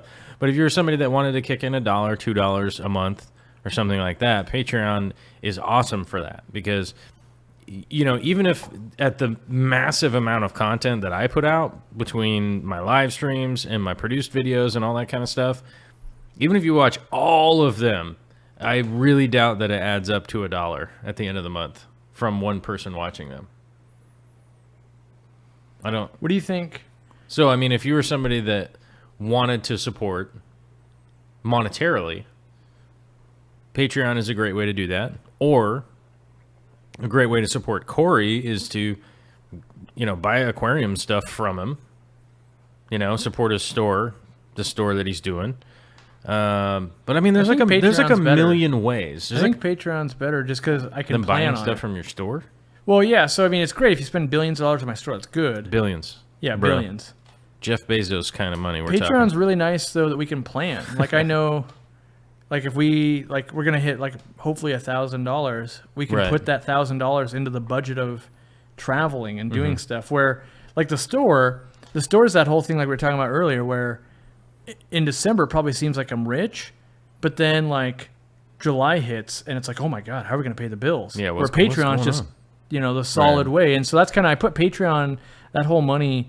That's purely to like make videos regardless of what the store is doing. Right. Because like that money is like owed to the And fans. it's owed to the fans, and it's like, I mean, I would like to sit here and act like I'm Mother Teresa or something, and be like, well, I don't take anything into consideration. I treat everyone exactly the same.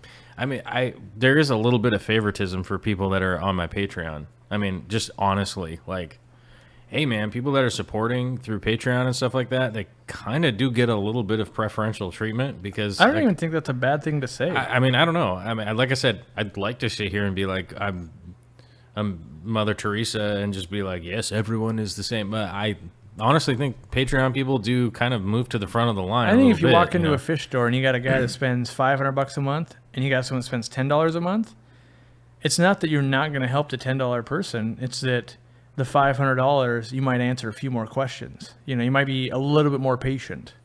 Oh, maybe. Yeah. I mean, I'm not saying that's how I it don't know. goes, but I feel like you've got. I don't want to call it a threshold or anything like that. I just feel like Right, like I don't you feel think- more in debt. Yeah, I there's guess. not a threshold. It's sort of just like, if you look at it this way, like if you're a $1 Patreon or you're like $100 Patreon or whatever, it's like everyone there is just kind of moved to the front of the line pretty equally. Just like, Like on my Patreon, like I'm not going to skip over like a bunch of people's comments or whatever when I'm replying to comments. Yeah. But if somebody, for instance, like sends me a Patreon message, it's like, oh, I should certainly answer that. Yeah, I don't even know what people are patronizing, like the amount. I just know, like, oh, this is someone supporting me. Right, from Patreon. And it's not that other people don't support, but the question I was going to ask, what do you think if someone was to actually, like, share the stream, like, in a Facebook group of fish nerds and that kind of stuff? What do you think that's equal to, like, a $10 a month? Like, if they shared all the videos they actually like, not every video, but the videos they actually like, they made a dedicated effort to get it in front of other people's eyes. What do you think that's worth? Like $10, $20, like, as a Patreon? Like, oh, the question I was going to ask, would you rather have someone that shared, let's say, 5 of what they think your best videos were on the month, or would you rather have them donate $10 in Patreon? Because one's kind of like a short-term payoff, and one's kind of a long-term payoff, I feel like. like growing the channel. Well, I'd long like term. them to be at the $5 level and share out 5 times. The best of both worlds. I would prefer to have the best of both worlds, I guess. I don't know. Well, I'm just saying, I think there's quite a value to people that do. Well, I really mean, get out if there you and if you share. consider it this way, so like, what was it last month? Because Morning Fame tells me about it. I'm close to 15,000 subscribers on my channel, so it's not a very big channel. Yep. But I have a lot of engagement and all that, and I 100% appreciate my fans, and I've definitely noticed from a lot of other YouTubers out there, they're like, dude, your people are like super active and like super engaged. And I'm like, yeah, my fans are dope, bro. Good luck trying to get fans that are as dope as the Oceaneers. You know what I'm saying? But even then, over the whole entire month, so I uploaded 26 videos, which is almost one a day. It was I only tough. uploaded 12 or something. That's tough, bro. 26 videos and only shared a cumulative shares 181 times. What's that, like 5 per? No, it's like almost 6, yeah. Yeah. I don't know what mine is. I get a lot of shares, though. But it's usually from older videos. That's the thing. Like, if you, like let's say your sump video, maybe like 50 of those shares is just from your old sump video. From an old sump video. Yeah, it's not even the new stuff. Yeah. So, I mean, shares are super important, I guess, or whatever. I don't know. But I honestly feel like, you know, the Patreon people are the reason that, like, I'm even able to show up at this point, personally. Like, that's my situation. Yeah. Is that, like, if it wasn't for the Patreon people, like, I wouldn't be able to show up and do Fish Fam stuff. You know what I mean? Like, it just wouldn't happen. For me, it's just extras. Like the money we can, like, that's a good point. I'll ask the Patreon people, do they want me to spend some of the travel budget next month to bring Jimmy to Aquashella? So, like, Aquashella, they'll pay to bring me out? Of course everyone's going to say yes to that. Or would they rather us spend $1,000 to do a different trip? Oh. Like, that's the thing, right? We could just they'll do say something yes to else. that. You know, like, do you want Jimmy's rad footage of Aquashella, or would you rather have something else? Because we could always, like, take that 1,000 and the 1,000 in September, and that does a big trip. You know, we could fly somewhere. Whereas, like, 1,000 pretty much drives us somewhere. Yeah. You know, so that's the thing. It's like, it's different. Someone was saying they feel bad they patronize you twice as much as me. I think the important part is you're patronizing. Like, what I always think about is, like, we've got almost 175,000 on my main channel. I've had so many people go, they've come, they've gone, they've raised, they've lowered, they've done so much. You know, like I said, I just, like, it's over 300 people. I don't know. Every month when it comes payment time, a bunch of them disappear because maybe they put their credit card number in wrong. Maybe it expired. I don't know, whatever. A bunch of them drop off, but it's over 300 people. And, you know, I'm hyper appreciative of those people. And I'm also hyper appreciative of the people that, you know, maybe they had circumstances that said they had to drop off and that kind of stuff. And most of those people communicated with me that they're like, maybe something happened. Maybe they got sick. Maybe they got hurt. Maybe they lost their job. And they I don't hold any malice or anything like that to any people that at one point they could patronize and then now they can't. Like, dude, it's awesome that you ever even took the time. You know what I mean? So it's pretty cool. And, you know, to be able to get to a point where, you know, we are able to, like, take the time to drive down or go somewhere like Germany and be able to, like, talk to actual CEOs and be like, you know, you guys are utilizing your money in, like, a really terrible way. And we just want to be involved in the project if we can, you know, and be like, can you, you know, figure out a better way of utilizing your advertising money or, you know, that kind of stuff. So I'm pretty excited. I mean, I don't know. Chris Lukup and I were, like, hopping around talking about ideas and jumping up and down and being, like, super excited, super zazzed. So Yeah. Stuff like that where you're like, get to connect, that wouldn't happen. None of that stuff would have happened. I mean, obviously, it's a combination of, like, you and Patreon and YouTube and I mean, 99% was Jimmy, but For sure. for sure. But you know, I'm hyper appreciative of that kind of stuff, and it wouldn't be possible at this point to even for somebody to even get to the table with those guys, which is the weird thing, because I've noticed something, that the continuity is almost every time we go to a convention or somewhere where like the CEOs are and stuff, there's no other YouTubers or anybody else around for a million miles, basically. It feels like, you know, like there's no one else there going like, oh, I should really be here, because, you know, we don't get paid to show up at those things. You know what I mean? No one flies us out. Well, I guess Fluval's tripping did. But I had to be their like number one vendor. right. Yeah. So I had to do an insane amount of work to get a free trip. right. But what I was going to point out is the fact that you Patreon at any level is huge, because out of 175,000 people on my channel, which it's only like 174, I know, but there's only 300 and some patrons, you know? So like that's the special treatment of like, you're willing to kick in at least $1 to make these things happen. Cause I gotta be honest, like after you've made 700 videos, I don't want to just like shoot the same fish store tour of my own store. I gotta grow as a creator, like, and go to like, went to China, super cool. Going to Germany, super cool. Going to Peru, gonna be super cool. And that is where I make my best videos, I think, because I'm passionate, I'm seeing new stuff. But if I just go like, yeah, let's make a filtration video for the 10th time, you know, and that money, like it's weird. It doesn't make any sense from a money standpoint for me to like go to China and do all those things, really, because I should just buckle down and sell more stuff online. You know, it's kind of a weird thing. So Right. that's where when you guys kick in to anyone, it's a huge thing, and you become so I did the math. Out of the 300 people of 175,000, you become the 0.0002%. Like that's how small of a group it is. Like you're this Right. elite team basically of, I want to see the stuff. And the good news is not everyone kicking money, but when you do kick in money, it's enabling content to the people that can't. You know, so maybe it's an 8-year-old kid that's digging Oscars, and I'm going to go visit a sweet Oscar tank or something. I don't even know yet, you know? Right. So I think that's the thing. It's not how much you're giving to each person. I think it's just straight up, I'm at least part of it. You know, even if you're like, oh, I love dogs, you know, go and walk a dog. Give $1 a year, something. Like just be part of it somehow. Yeah. I think is important. So this question keeps coming up over and over and over again, and now Dean is even pushing it. So All I'm right. going to answer it real quick here. This is a good question, Johnny Zalea.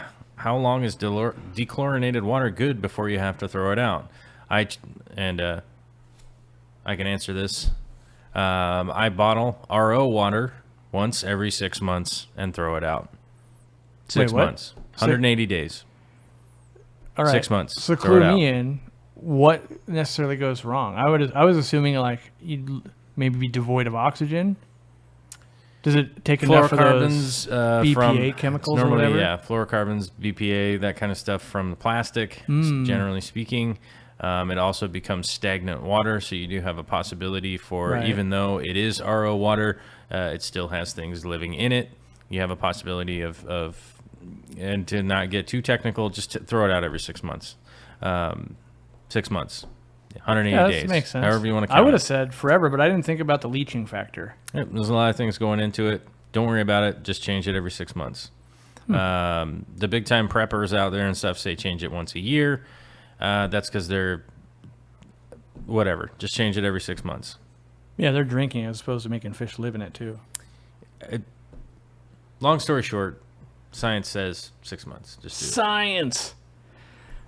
Let's answer But this. I want to answer Mountain Man Dan's question. Yeah, I was gonna say let's answer. But that one Manson. kept coming up, and Jimmy was highlighting it. And yes, I want to answer.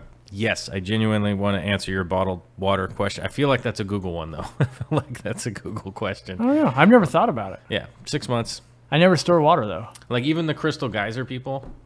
Yeah. So when they bring the bottle there, Yeah. it has a date on it and stuff like I that. wonder if there's an expiration on this. Probably.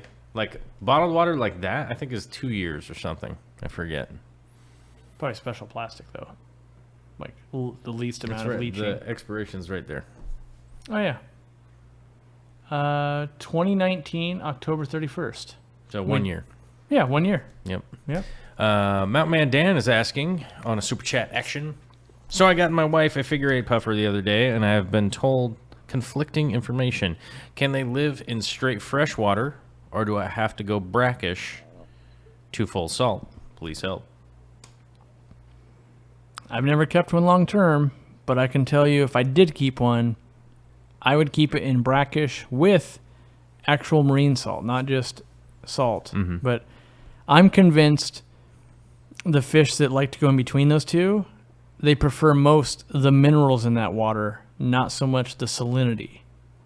That's where you can get like green spotted puffers doing pretty well with like an African cichlid tank. It's like, well, if they're putting in those like Malawi salts in, it's those minerals. Right. That being said, I don't know of anyone that's really done like, oh, I'm going to set up 3 tanks, run one fresh, one brackish, one salt for like 10 years and see the differences of growth or behavior or anything like that. So I would just pick a brackish level and go with it, personally. 0.0008. Yeah. Light brackish. Marine salt. Yeah. Figure 8s, yes, just add some marine salt. But yes, there is a lot of conflicting info because I feel like no one's done. I think figure 8s are born in fresh. They definitely travel through the. I mean, I think they. What do they call it? An estuary? Is that what that's called? I think it goes through. Yeah.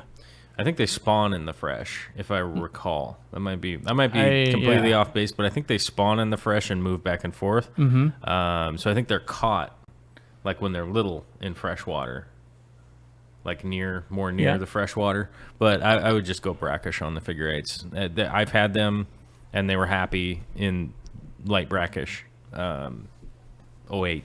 I wanted to bring up, we're doing, and Jimmy can help with this, we're doing a contest, a promotion. Can you pull that up, Jimmy? And this month, so part of my ongoing thing I like to promote without being derogatory, smaller creators, a creator that is smaller than me, right? Like, it always sounds bad. But she's in the chat, and that is the Turtle Girl. So we have the Turtle Girl's Instagram on there, I believe. So what this contest is, if you like winning free stuff, you can subscribe and follow different channels, like my channel, Joel's channel, his Instagram, my Instagram, Jimmy's Instagram, Turtle Girl, all that kind of stuff. And you get an entry for each one. And then at the end of the month, 4 random winners are picked. They get either a $100 gift card to Aquarium Co-op, or one person gets the $100 gift card to the Amazon. And, so international people can also enter. And, so just thought I'd point that out in case you guys want to get in on it. Obviously, there's a lot of time still, but no reason not to. So, free money. We gave it away last month. People enjoyed it. Plants for the brackish water tank. That's a good giveaway. IMO, none. What's that? Brackish water plants, in my Brackish water opinion. plants? I've yet to see someone be successful buying plants from a freshwater store. Oh, buying plants from a freshwater store? I mean, you don't have to. I'm just saying, I've watched a billion people try. I've yet to see someone go, I cracked the code. It's halophytic plants is what you're looking for. I'm not saying I have cracked the code.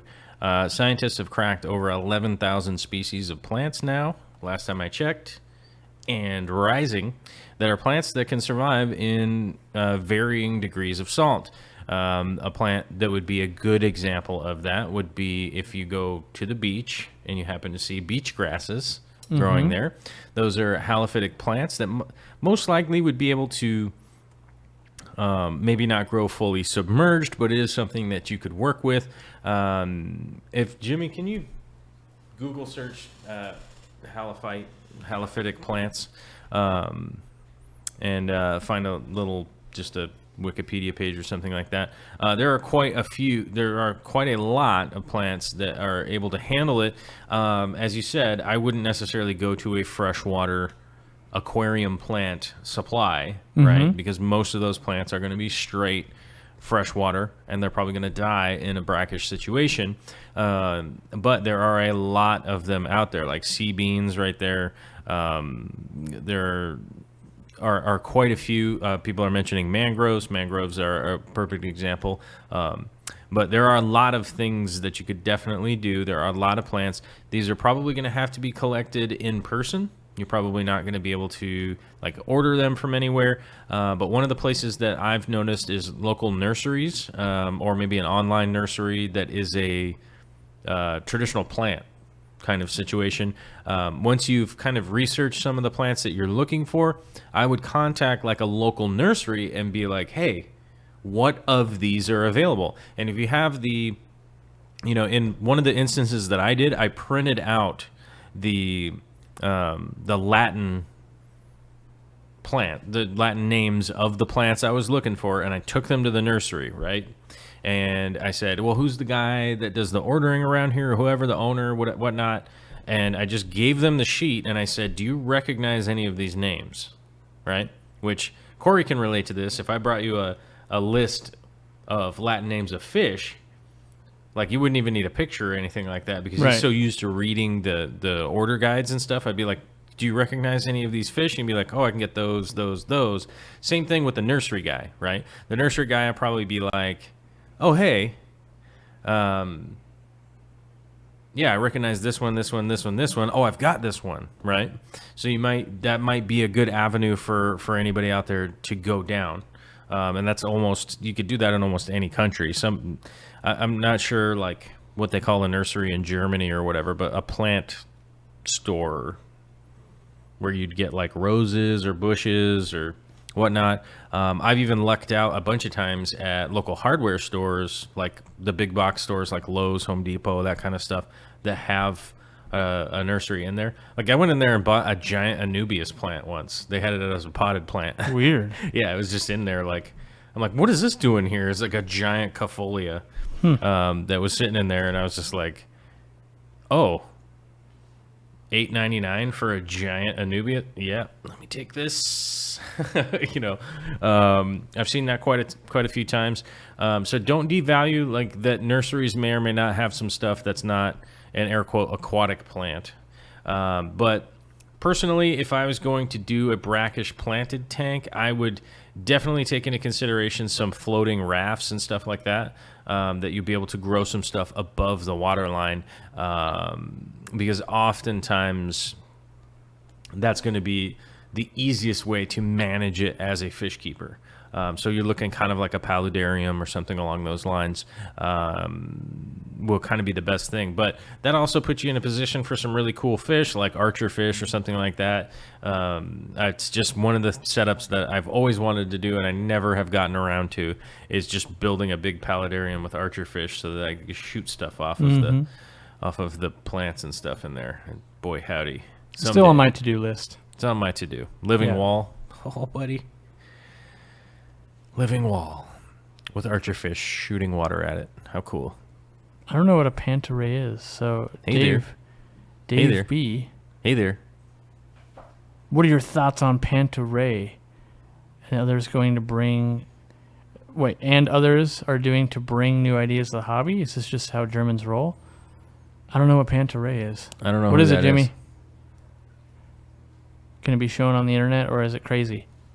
I know it's the name of the song. Yeah, I don't know what that Panta, is. not Pantera. Pantera! It's right there. Yeah, I don't know. Means everything flows in ancient Greek. Okay. That's what that means. I don't know. I don't know if it's like a YouTuber or what. That's a song. Yeah. Well, maybe he'll clarify. Go down. International Association for Hydrological Sciences. I would wager $20 that that's what they're talking about. Enhance, Jimmy. Enhance. 17 left, 14 right. Enhance. Yeah, there's a lot. Like Yeah, this scroll down. requires Scroll down. reading on our own time. Keep going. Science and practice. Science. The 2015 Panta Ray Working Group Spaghetti Diagram. The spaghetti diagram. Yeah, you know. Well, the spaghetti diagram sounds helpful. I mean, come on now. Hydrological. And there we go. Whoa, that is a spaghetti Physics of diagram. Hydrology. Oh, man. I wonder if Could you email me this to me, Jimmy? I want to look into this. I don't even know if this is the right thing, but I want to look into it.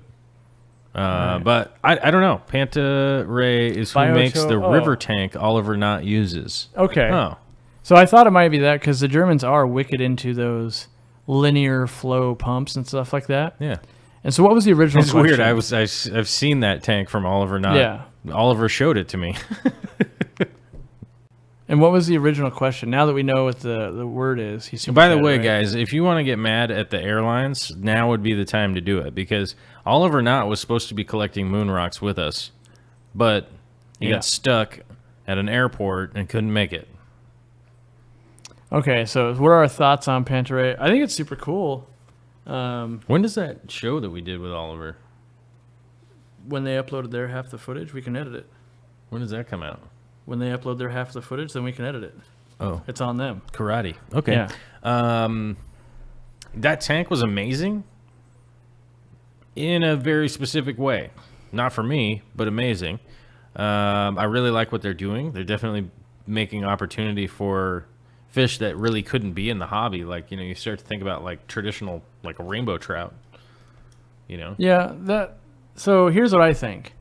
That company has publicized that type of tank, but Oliver Lucanis was developing laminar flow pumps like 10 years ago. Yeah. So I don't know who gets credit or whatnot, but if the question is... That thing is 2,000 euros? Yeah, the laminar flows are super awesome, except they're $1 billion. Yeah, I'm stressed out right now about possibly buying $6 worth of biomedia. Here's what I think. I think the laminar flow pumps are cool, but I think the Max Gyre pumps are cooler because the average hobbyist could actually buy one. They're not the same thing. The gyro pumps are, but they're similar in the fact that for $250 you can get a Max Gyre low end, whereas it's like $2,000 for a laminar flow. The laminar flow. So if you guys don't know and you're listening, like a river is a laminar flow. Basically, the water moves in one direction and never bounces off anything. And with the right pump, you can get that going in an aquarium. And the Max Gyre almost does it. It's pretty good. It still has to hit the wall at the other side and bounce back. Mm-hmm. But this one's only 5,500 euro. Yeah. Oh, 5,000 euro for a pump. But like that tank, it had... So it's same thing if you ever looked at Loaches Online, the river manifold system. That's the same thing. That's creating a laminar flow. And so that kind of stuff's been done for a really long time now, but I think it's becoming more popular only because there's less cool things to do. So like when people were at Interzoo, they're like, yeah, there was nothing new this year because like that had already been out last year. So the technology, like I could see that laminar flow type thing landing at Super Zoo this next year because it's like, oh, it's a new thing. It's been around for a long time. But I think no matter what, anyone innovating and bringing stuff down to an Aquarius level, I'm totally into. I'm going to be brutally honest with you guys right now, and I'm going to say... Nachos? An $8,000 water pump does not excite me. And that's what I'm saying, yeah. If somebody wanted to give me an $8,000 water pump, cool. I would go ahead and return it to the company for a full refund so that I could buy a new camera and a bunch of plane tickets so I could come out to y'all's houses and film your fish tanks and stuff and help you out with stuff. That's what I would rather do. I think a lot of people are wondering why I'm not going to Peru. And I think, I don't know if we mentioned this before. I know we talked about it in person, but just the financial side of it for me, like going to Peru, and this dude is already going to document it. JH Aquatics is going to be out there documenting it. Dean's going to be documenting it. Dwayne Kitchell is going to be documenting it, right? So a bunch of guys are going to be documenting that stuff. And budgetarily wise, if let's just ballpark a number that it's $8,000 for me to go, right? Just plane tickets, hotel, boats, blah blah blah, all that kind of stuff, food and all that kind of stuff. If let's say it was $8,000 plus I missed a work for the week and a half, 2 weeks, all that kind of stuff, it definitely adds up. I would personally, I would take that $8,000, buy, make sure that I have the camera, all the peripherals for my camera, probably get a new lens, and buy a bunch of plane tickets and head out over the weekends so that I don't miss work over the weekends and like come out and film stuff, like fly out to New York for 2 days, film a bunch of tanks and stuff there, and be able to come back and be like, oh man, I know people ain't never been to New York. Maybe you never seen this thing. Check it out. Here's kind of the thing. That's definitely where I'd be putting my money. Those tanks are cool. They're fantastic. Typically, most people I've seen working with them are the nurseries, right? So spawning nurseries where, which I've seen on numerous occasions, that are often powered by the stream or the crazy pumps like that, which I've seen them. I've never really looked into them. I don't know too much about them at all. I've seen them in operation at nurseries or hatcheries. Sorry, nurseries are wrong. Keep thinking about plants, bro. Freaking out. But oftentimes, most of the people that I've seen utilizing them aren't necessarily like buying them out of pocket. Like Oliver doesn't buy that stuff. I don't know. No, he just goes and sets it up. Which So is this cool. question was more about the biotopes and laminar flow. So in regards to, is Germany just doing it right? I would Where is say, Mortal Slayer? Where are you? Sound off where you're at. Maybe I'll accidentally be there. But In like your Heiko yard. Blair is doing more for In biotopes your than yard, anyone. behind some bushes. Doing stuff. And he's Italian. I think it's a group effort worldwide. Who's Italian? Heiko Blair? He just Heiko's lives in Italian? I don't know. He lives in Italy. His wife, I think, Is he Italian? Italian. Actually, might be. I don't know. I don't know. I don't know enough to know exactly, but like, because the other thing too, like if you're just looking at biotopes and this laminar flow, the Japanese have been doing that for quite a while too. Like everyone knows the classic, like, check it out, these giant, royal plecos in this laminar flow type of thing. Twin Cities. We will be in the Twin Cities in Yeah, we're going to Minnesota. October. No, like September 6th, I speak. Yeah. Mortal Slayer, September September. 6th. And then maybe we'll go to your September house. 6th, we will be in Minnesota. Yeah. It's a Thursday, Boom. I think. Come to the thing. I won't be talking, but he will. I'll just be wandering around the bushes, doing stuff. Shout out to Xander Chandy. He's thinking Xander. about getting, or she, I don't know. It. Thinking about getting a 120-gallon aquarium. I highly endorse that thought process. I've got a 120-gallon aquarium sitting out of my truck right now. So high fives, internet style. Totally cool. Thinking about angels, tetras, apistos, and cories for stocking. What would you do?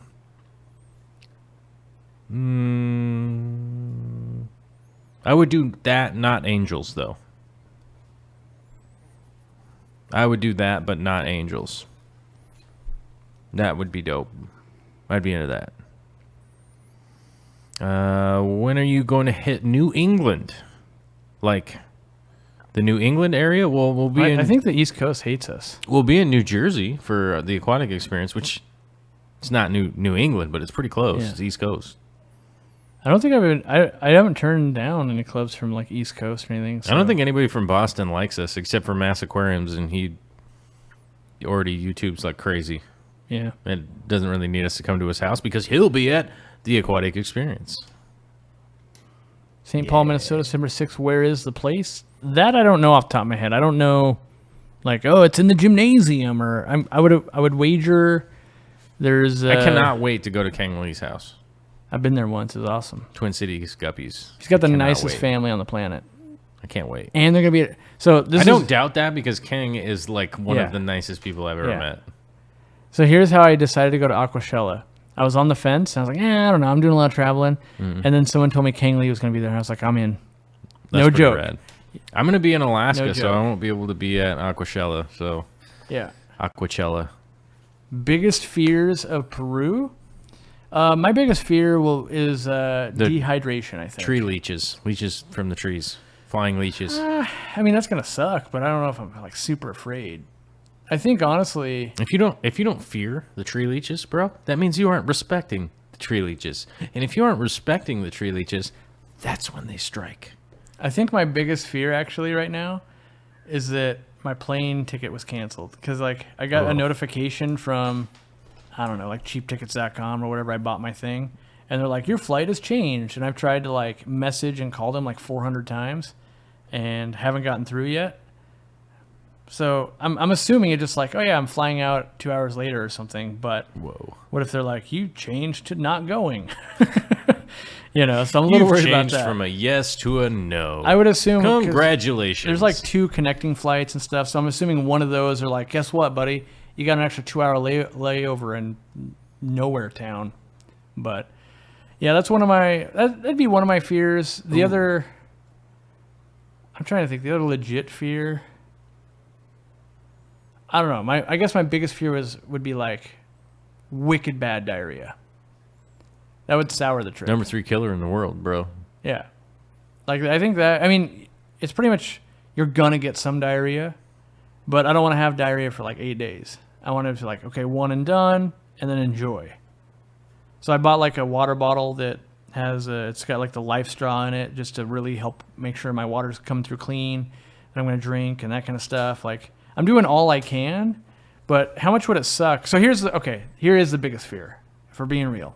The biggest fear is I talk for an entire year about going to Peru, and then I get so sick I can't film, and I come home and be like, yeah, Peru sucked. Like, because then there's 175,000 people going, that's it? That's all you got? You've been talking this thing up for a year. That's all you got, huh? That'd like, be you can pretty see lame. Dean over there. He was getting in the car as he was going to do awesome stuff, and I laid in bed. So that's the biggest fear, is like disappointing everyone. Like, I think it's going to be rad, but what if it's like showing up at Walmart or something? You're like, what the hell? Ooh, Kim Yawarski says, looking forward to the aquatic experience. Will Corey have his red shirts available? I haven't 100% decided if I'm doing red shirt again. I've thought about doing a different color shirt. I've thought about doing hats. I've thought about doing something entirely different. Backpacks? But backpacks are expensive. Probably like $20 a piece or something. Be cool, but expensive. Cray. But I got to make that decision probably in September. Yeah, so I got like another month or two.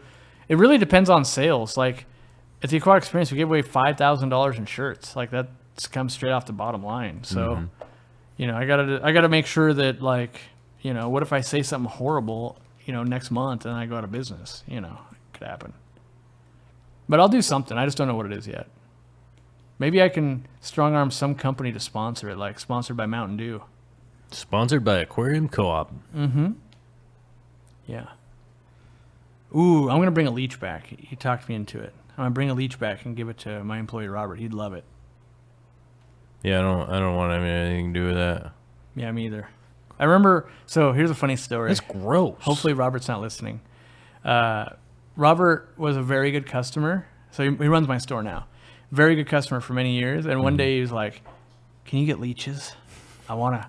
He's like, "I was watching a YouTube video," Legit. and he's like, "You just take it and let it feed off your arm like once a month." And I was like, "Oh my god!" And I Did didn't you even just have tell to him look to, at like- the list. I was just like, "Nope." Were you just like, get out of here? Pretty much. Hit him But over he's the always head? been into, like, he's kept a lot of stuff. So it's like, oh, that's something I haven't done before. Jimmy, You you got know. a spoon. A spoon? A foon? Yeah. Why doesn't Jimmy have a spoon? He should have a So spoon. yeah. I'm going to smell my yogurt because it smells delicious. Light colored shirts for Peru. I kind of want a baby blue shirt real bad. Like a baby blue Aquarium Co-op shirt might look cool. If I want to be a baller, I want to try like a snappy shirt. A snappy shirt? Yeah, with like a logo on it. That'd be the trick, dude. If you could get like But I snappy bet you they're shirts. like $10 each, my cost or something. Probably. I don't know. Which I 1,000 of those, that's $10,000 now. think last time I looked them up, because we did big prints of them for a company I used to work for, which I'm not going to mention, but they were the gas station shirts, like these. Yeah. And they got cheaper the more you ordered. Right. And I think if it was over, when it went over 200 units, I remember the number $5.85 coming into play. That's not bad. Yeah. Because that's why I had to buy. And I think the 1,000 next shirts. mark was like 1,000 shirts, and then it Yeah. went down to like $4 or something. It was like, man, I want this $4 price break. They're like, order 1,000. No. Yeah, So it's $4,000 plus shipping. Like it That's a cost. lot. So it cost me $750 just to ship the shirts from Washington from to here Chicago. to there. Mm-hmm. That hurt. Like I printed them and I was like $750. Oh my gosh, that was not good. Ooh, I do want to. I see Barbara Jackson there. She's patiently waiting and asked that question a couple of times. Are we going with a liner or concrete in the pond? We are going maybe both. Like we're doing a liner, but we might be pouring some concrete anyway, just to shore We're up doing some things. a bit of a combination. But I'm gonna do a liner only because The liner's going to be the jammy, though. That's going to be big For time. sure. Big time. I want to do a liner because I feel like most people can do a liner. So we're building this pond with our own 2 hands and feet, where we're actually digging and not renting big equipment and doing all that kind of stuff. We want it so that if you watch that video, you feel like you could go build that over the course of a couple weeks in your backyard. So, have I ever been to Ohio for talks? Yeah, I spoke in Youngstown and maybe just Youngstown, Ohio. I've been out there, and we've done meetups at Flip Aquatics, but nothing near Cleveland. What's near Cleveland, Jimmy? Is Rob near Cleveland at all? He's in Warren. I feel like that's like 5 hours away or something. There's Columbus, but you haven't talked to him. Yeah, I haven't talked there. They don't like me. Who knows?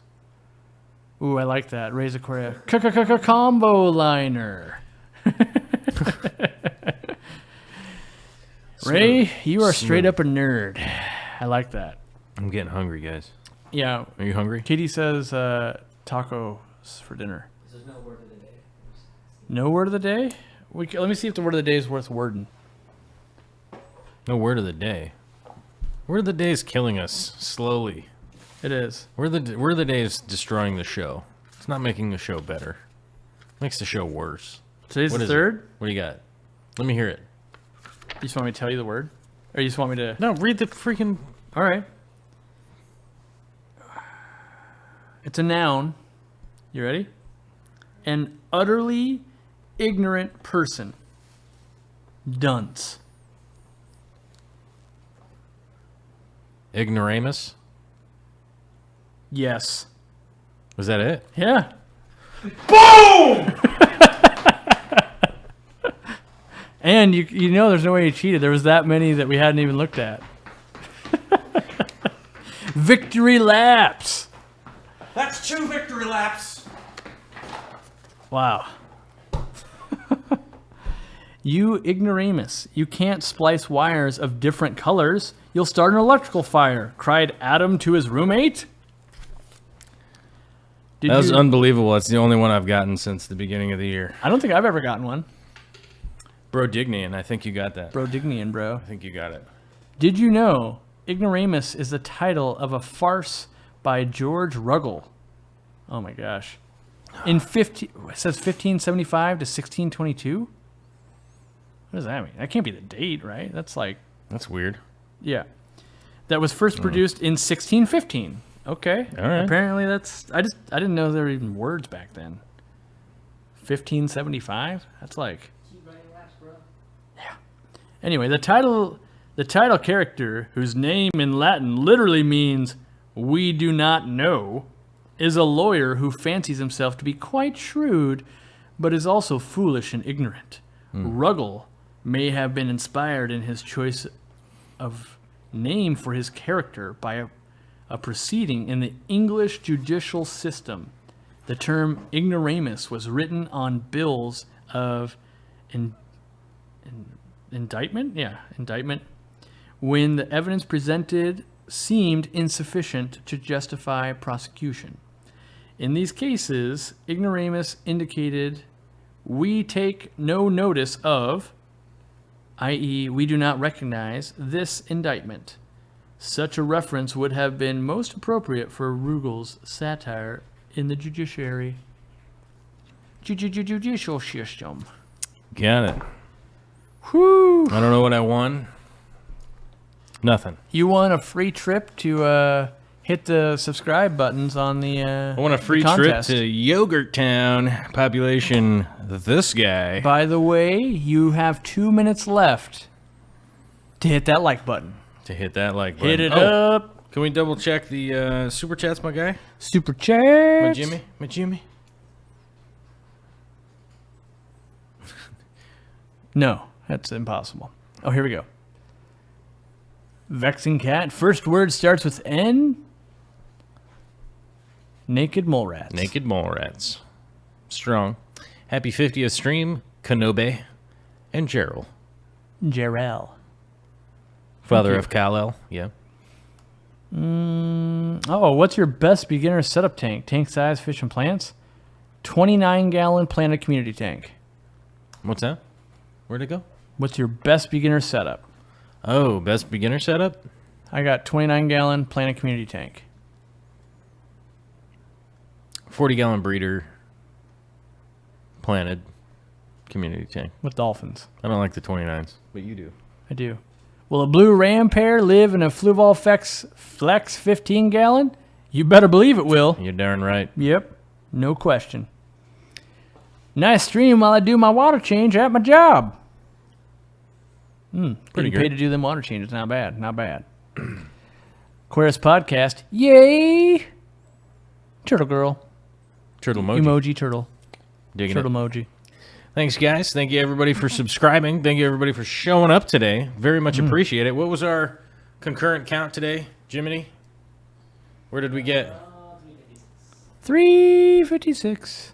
356. Woo! Ooh, I like that. And I'm Hannah brighten- says Patreon and share spike too. Patreon and We share need a spike. Patreon spike. I don't know. During the show, I had 2 people delete their Patreon, so I don't know. That'll teach you. That'll teach me for talking about it, I guess. But anyhow, thank you guys. Hopefully, whoever deleted was not a bad thing. Hopefully, just maybe. Hopefully it's like, yeah, I need nachos, and I was like $1 short. Yeah. Yeah. Hopefully, it's just something. I cool will like never that fault someone for investing the dollar. in nachos. Mexican food in general. What do we really. call it? Nacho futures, right? Yes. Yeah. Ooh. Yeah. I need to start buying into that. Nacho futures. Yeah. Better watch out. Stock market might plummet. But thank you, everybody, for subscribing. Thank you, everybody, for watching all of our channels, whether it be Swashimi Whiskey or the Aquarium Coop or my channel, whatever that is. Doesn't really matter at this point. But thank you, everybody, for coming out. Have a happy summer. Have a super safe 4th of July out Wet there. your lawn down now. Wet your lawn down. Be vigilant. Keep an eye on your pets, because Cuddle those buddies. My Yeah, dogs are it going to can lose their get minds. super crazy with the dogs and the cats and stuff. Thank you to my so wife for staying with my dogs while I party. Bring And by them all party, in. I mean like sip water and watch fireworks. Yeah, there's that. That's a Yeah. good point. All right, guys. Time to dig. Time to dig. Dig it.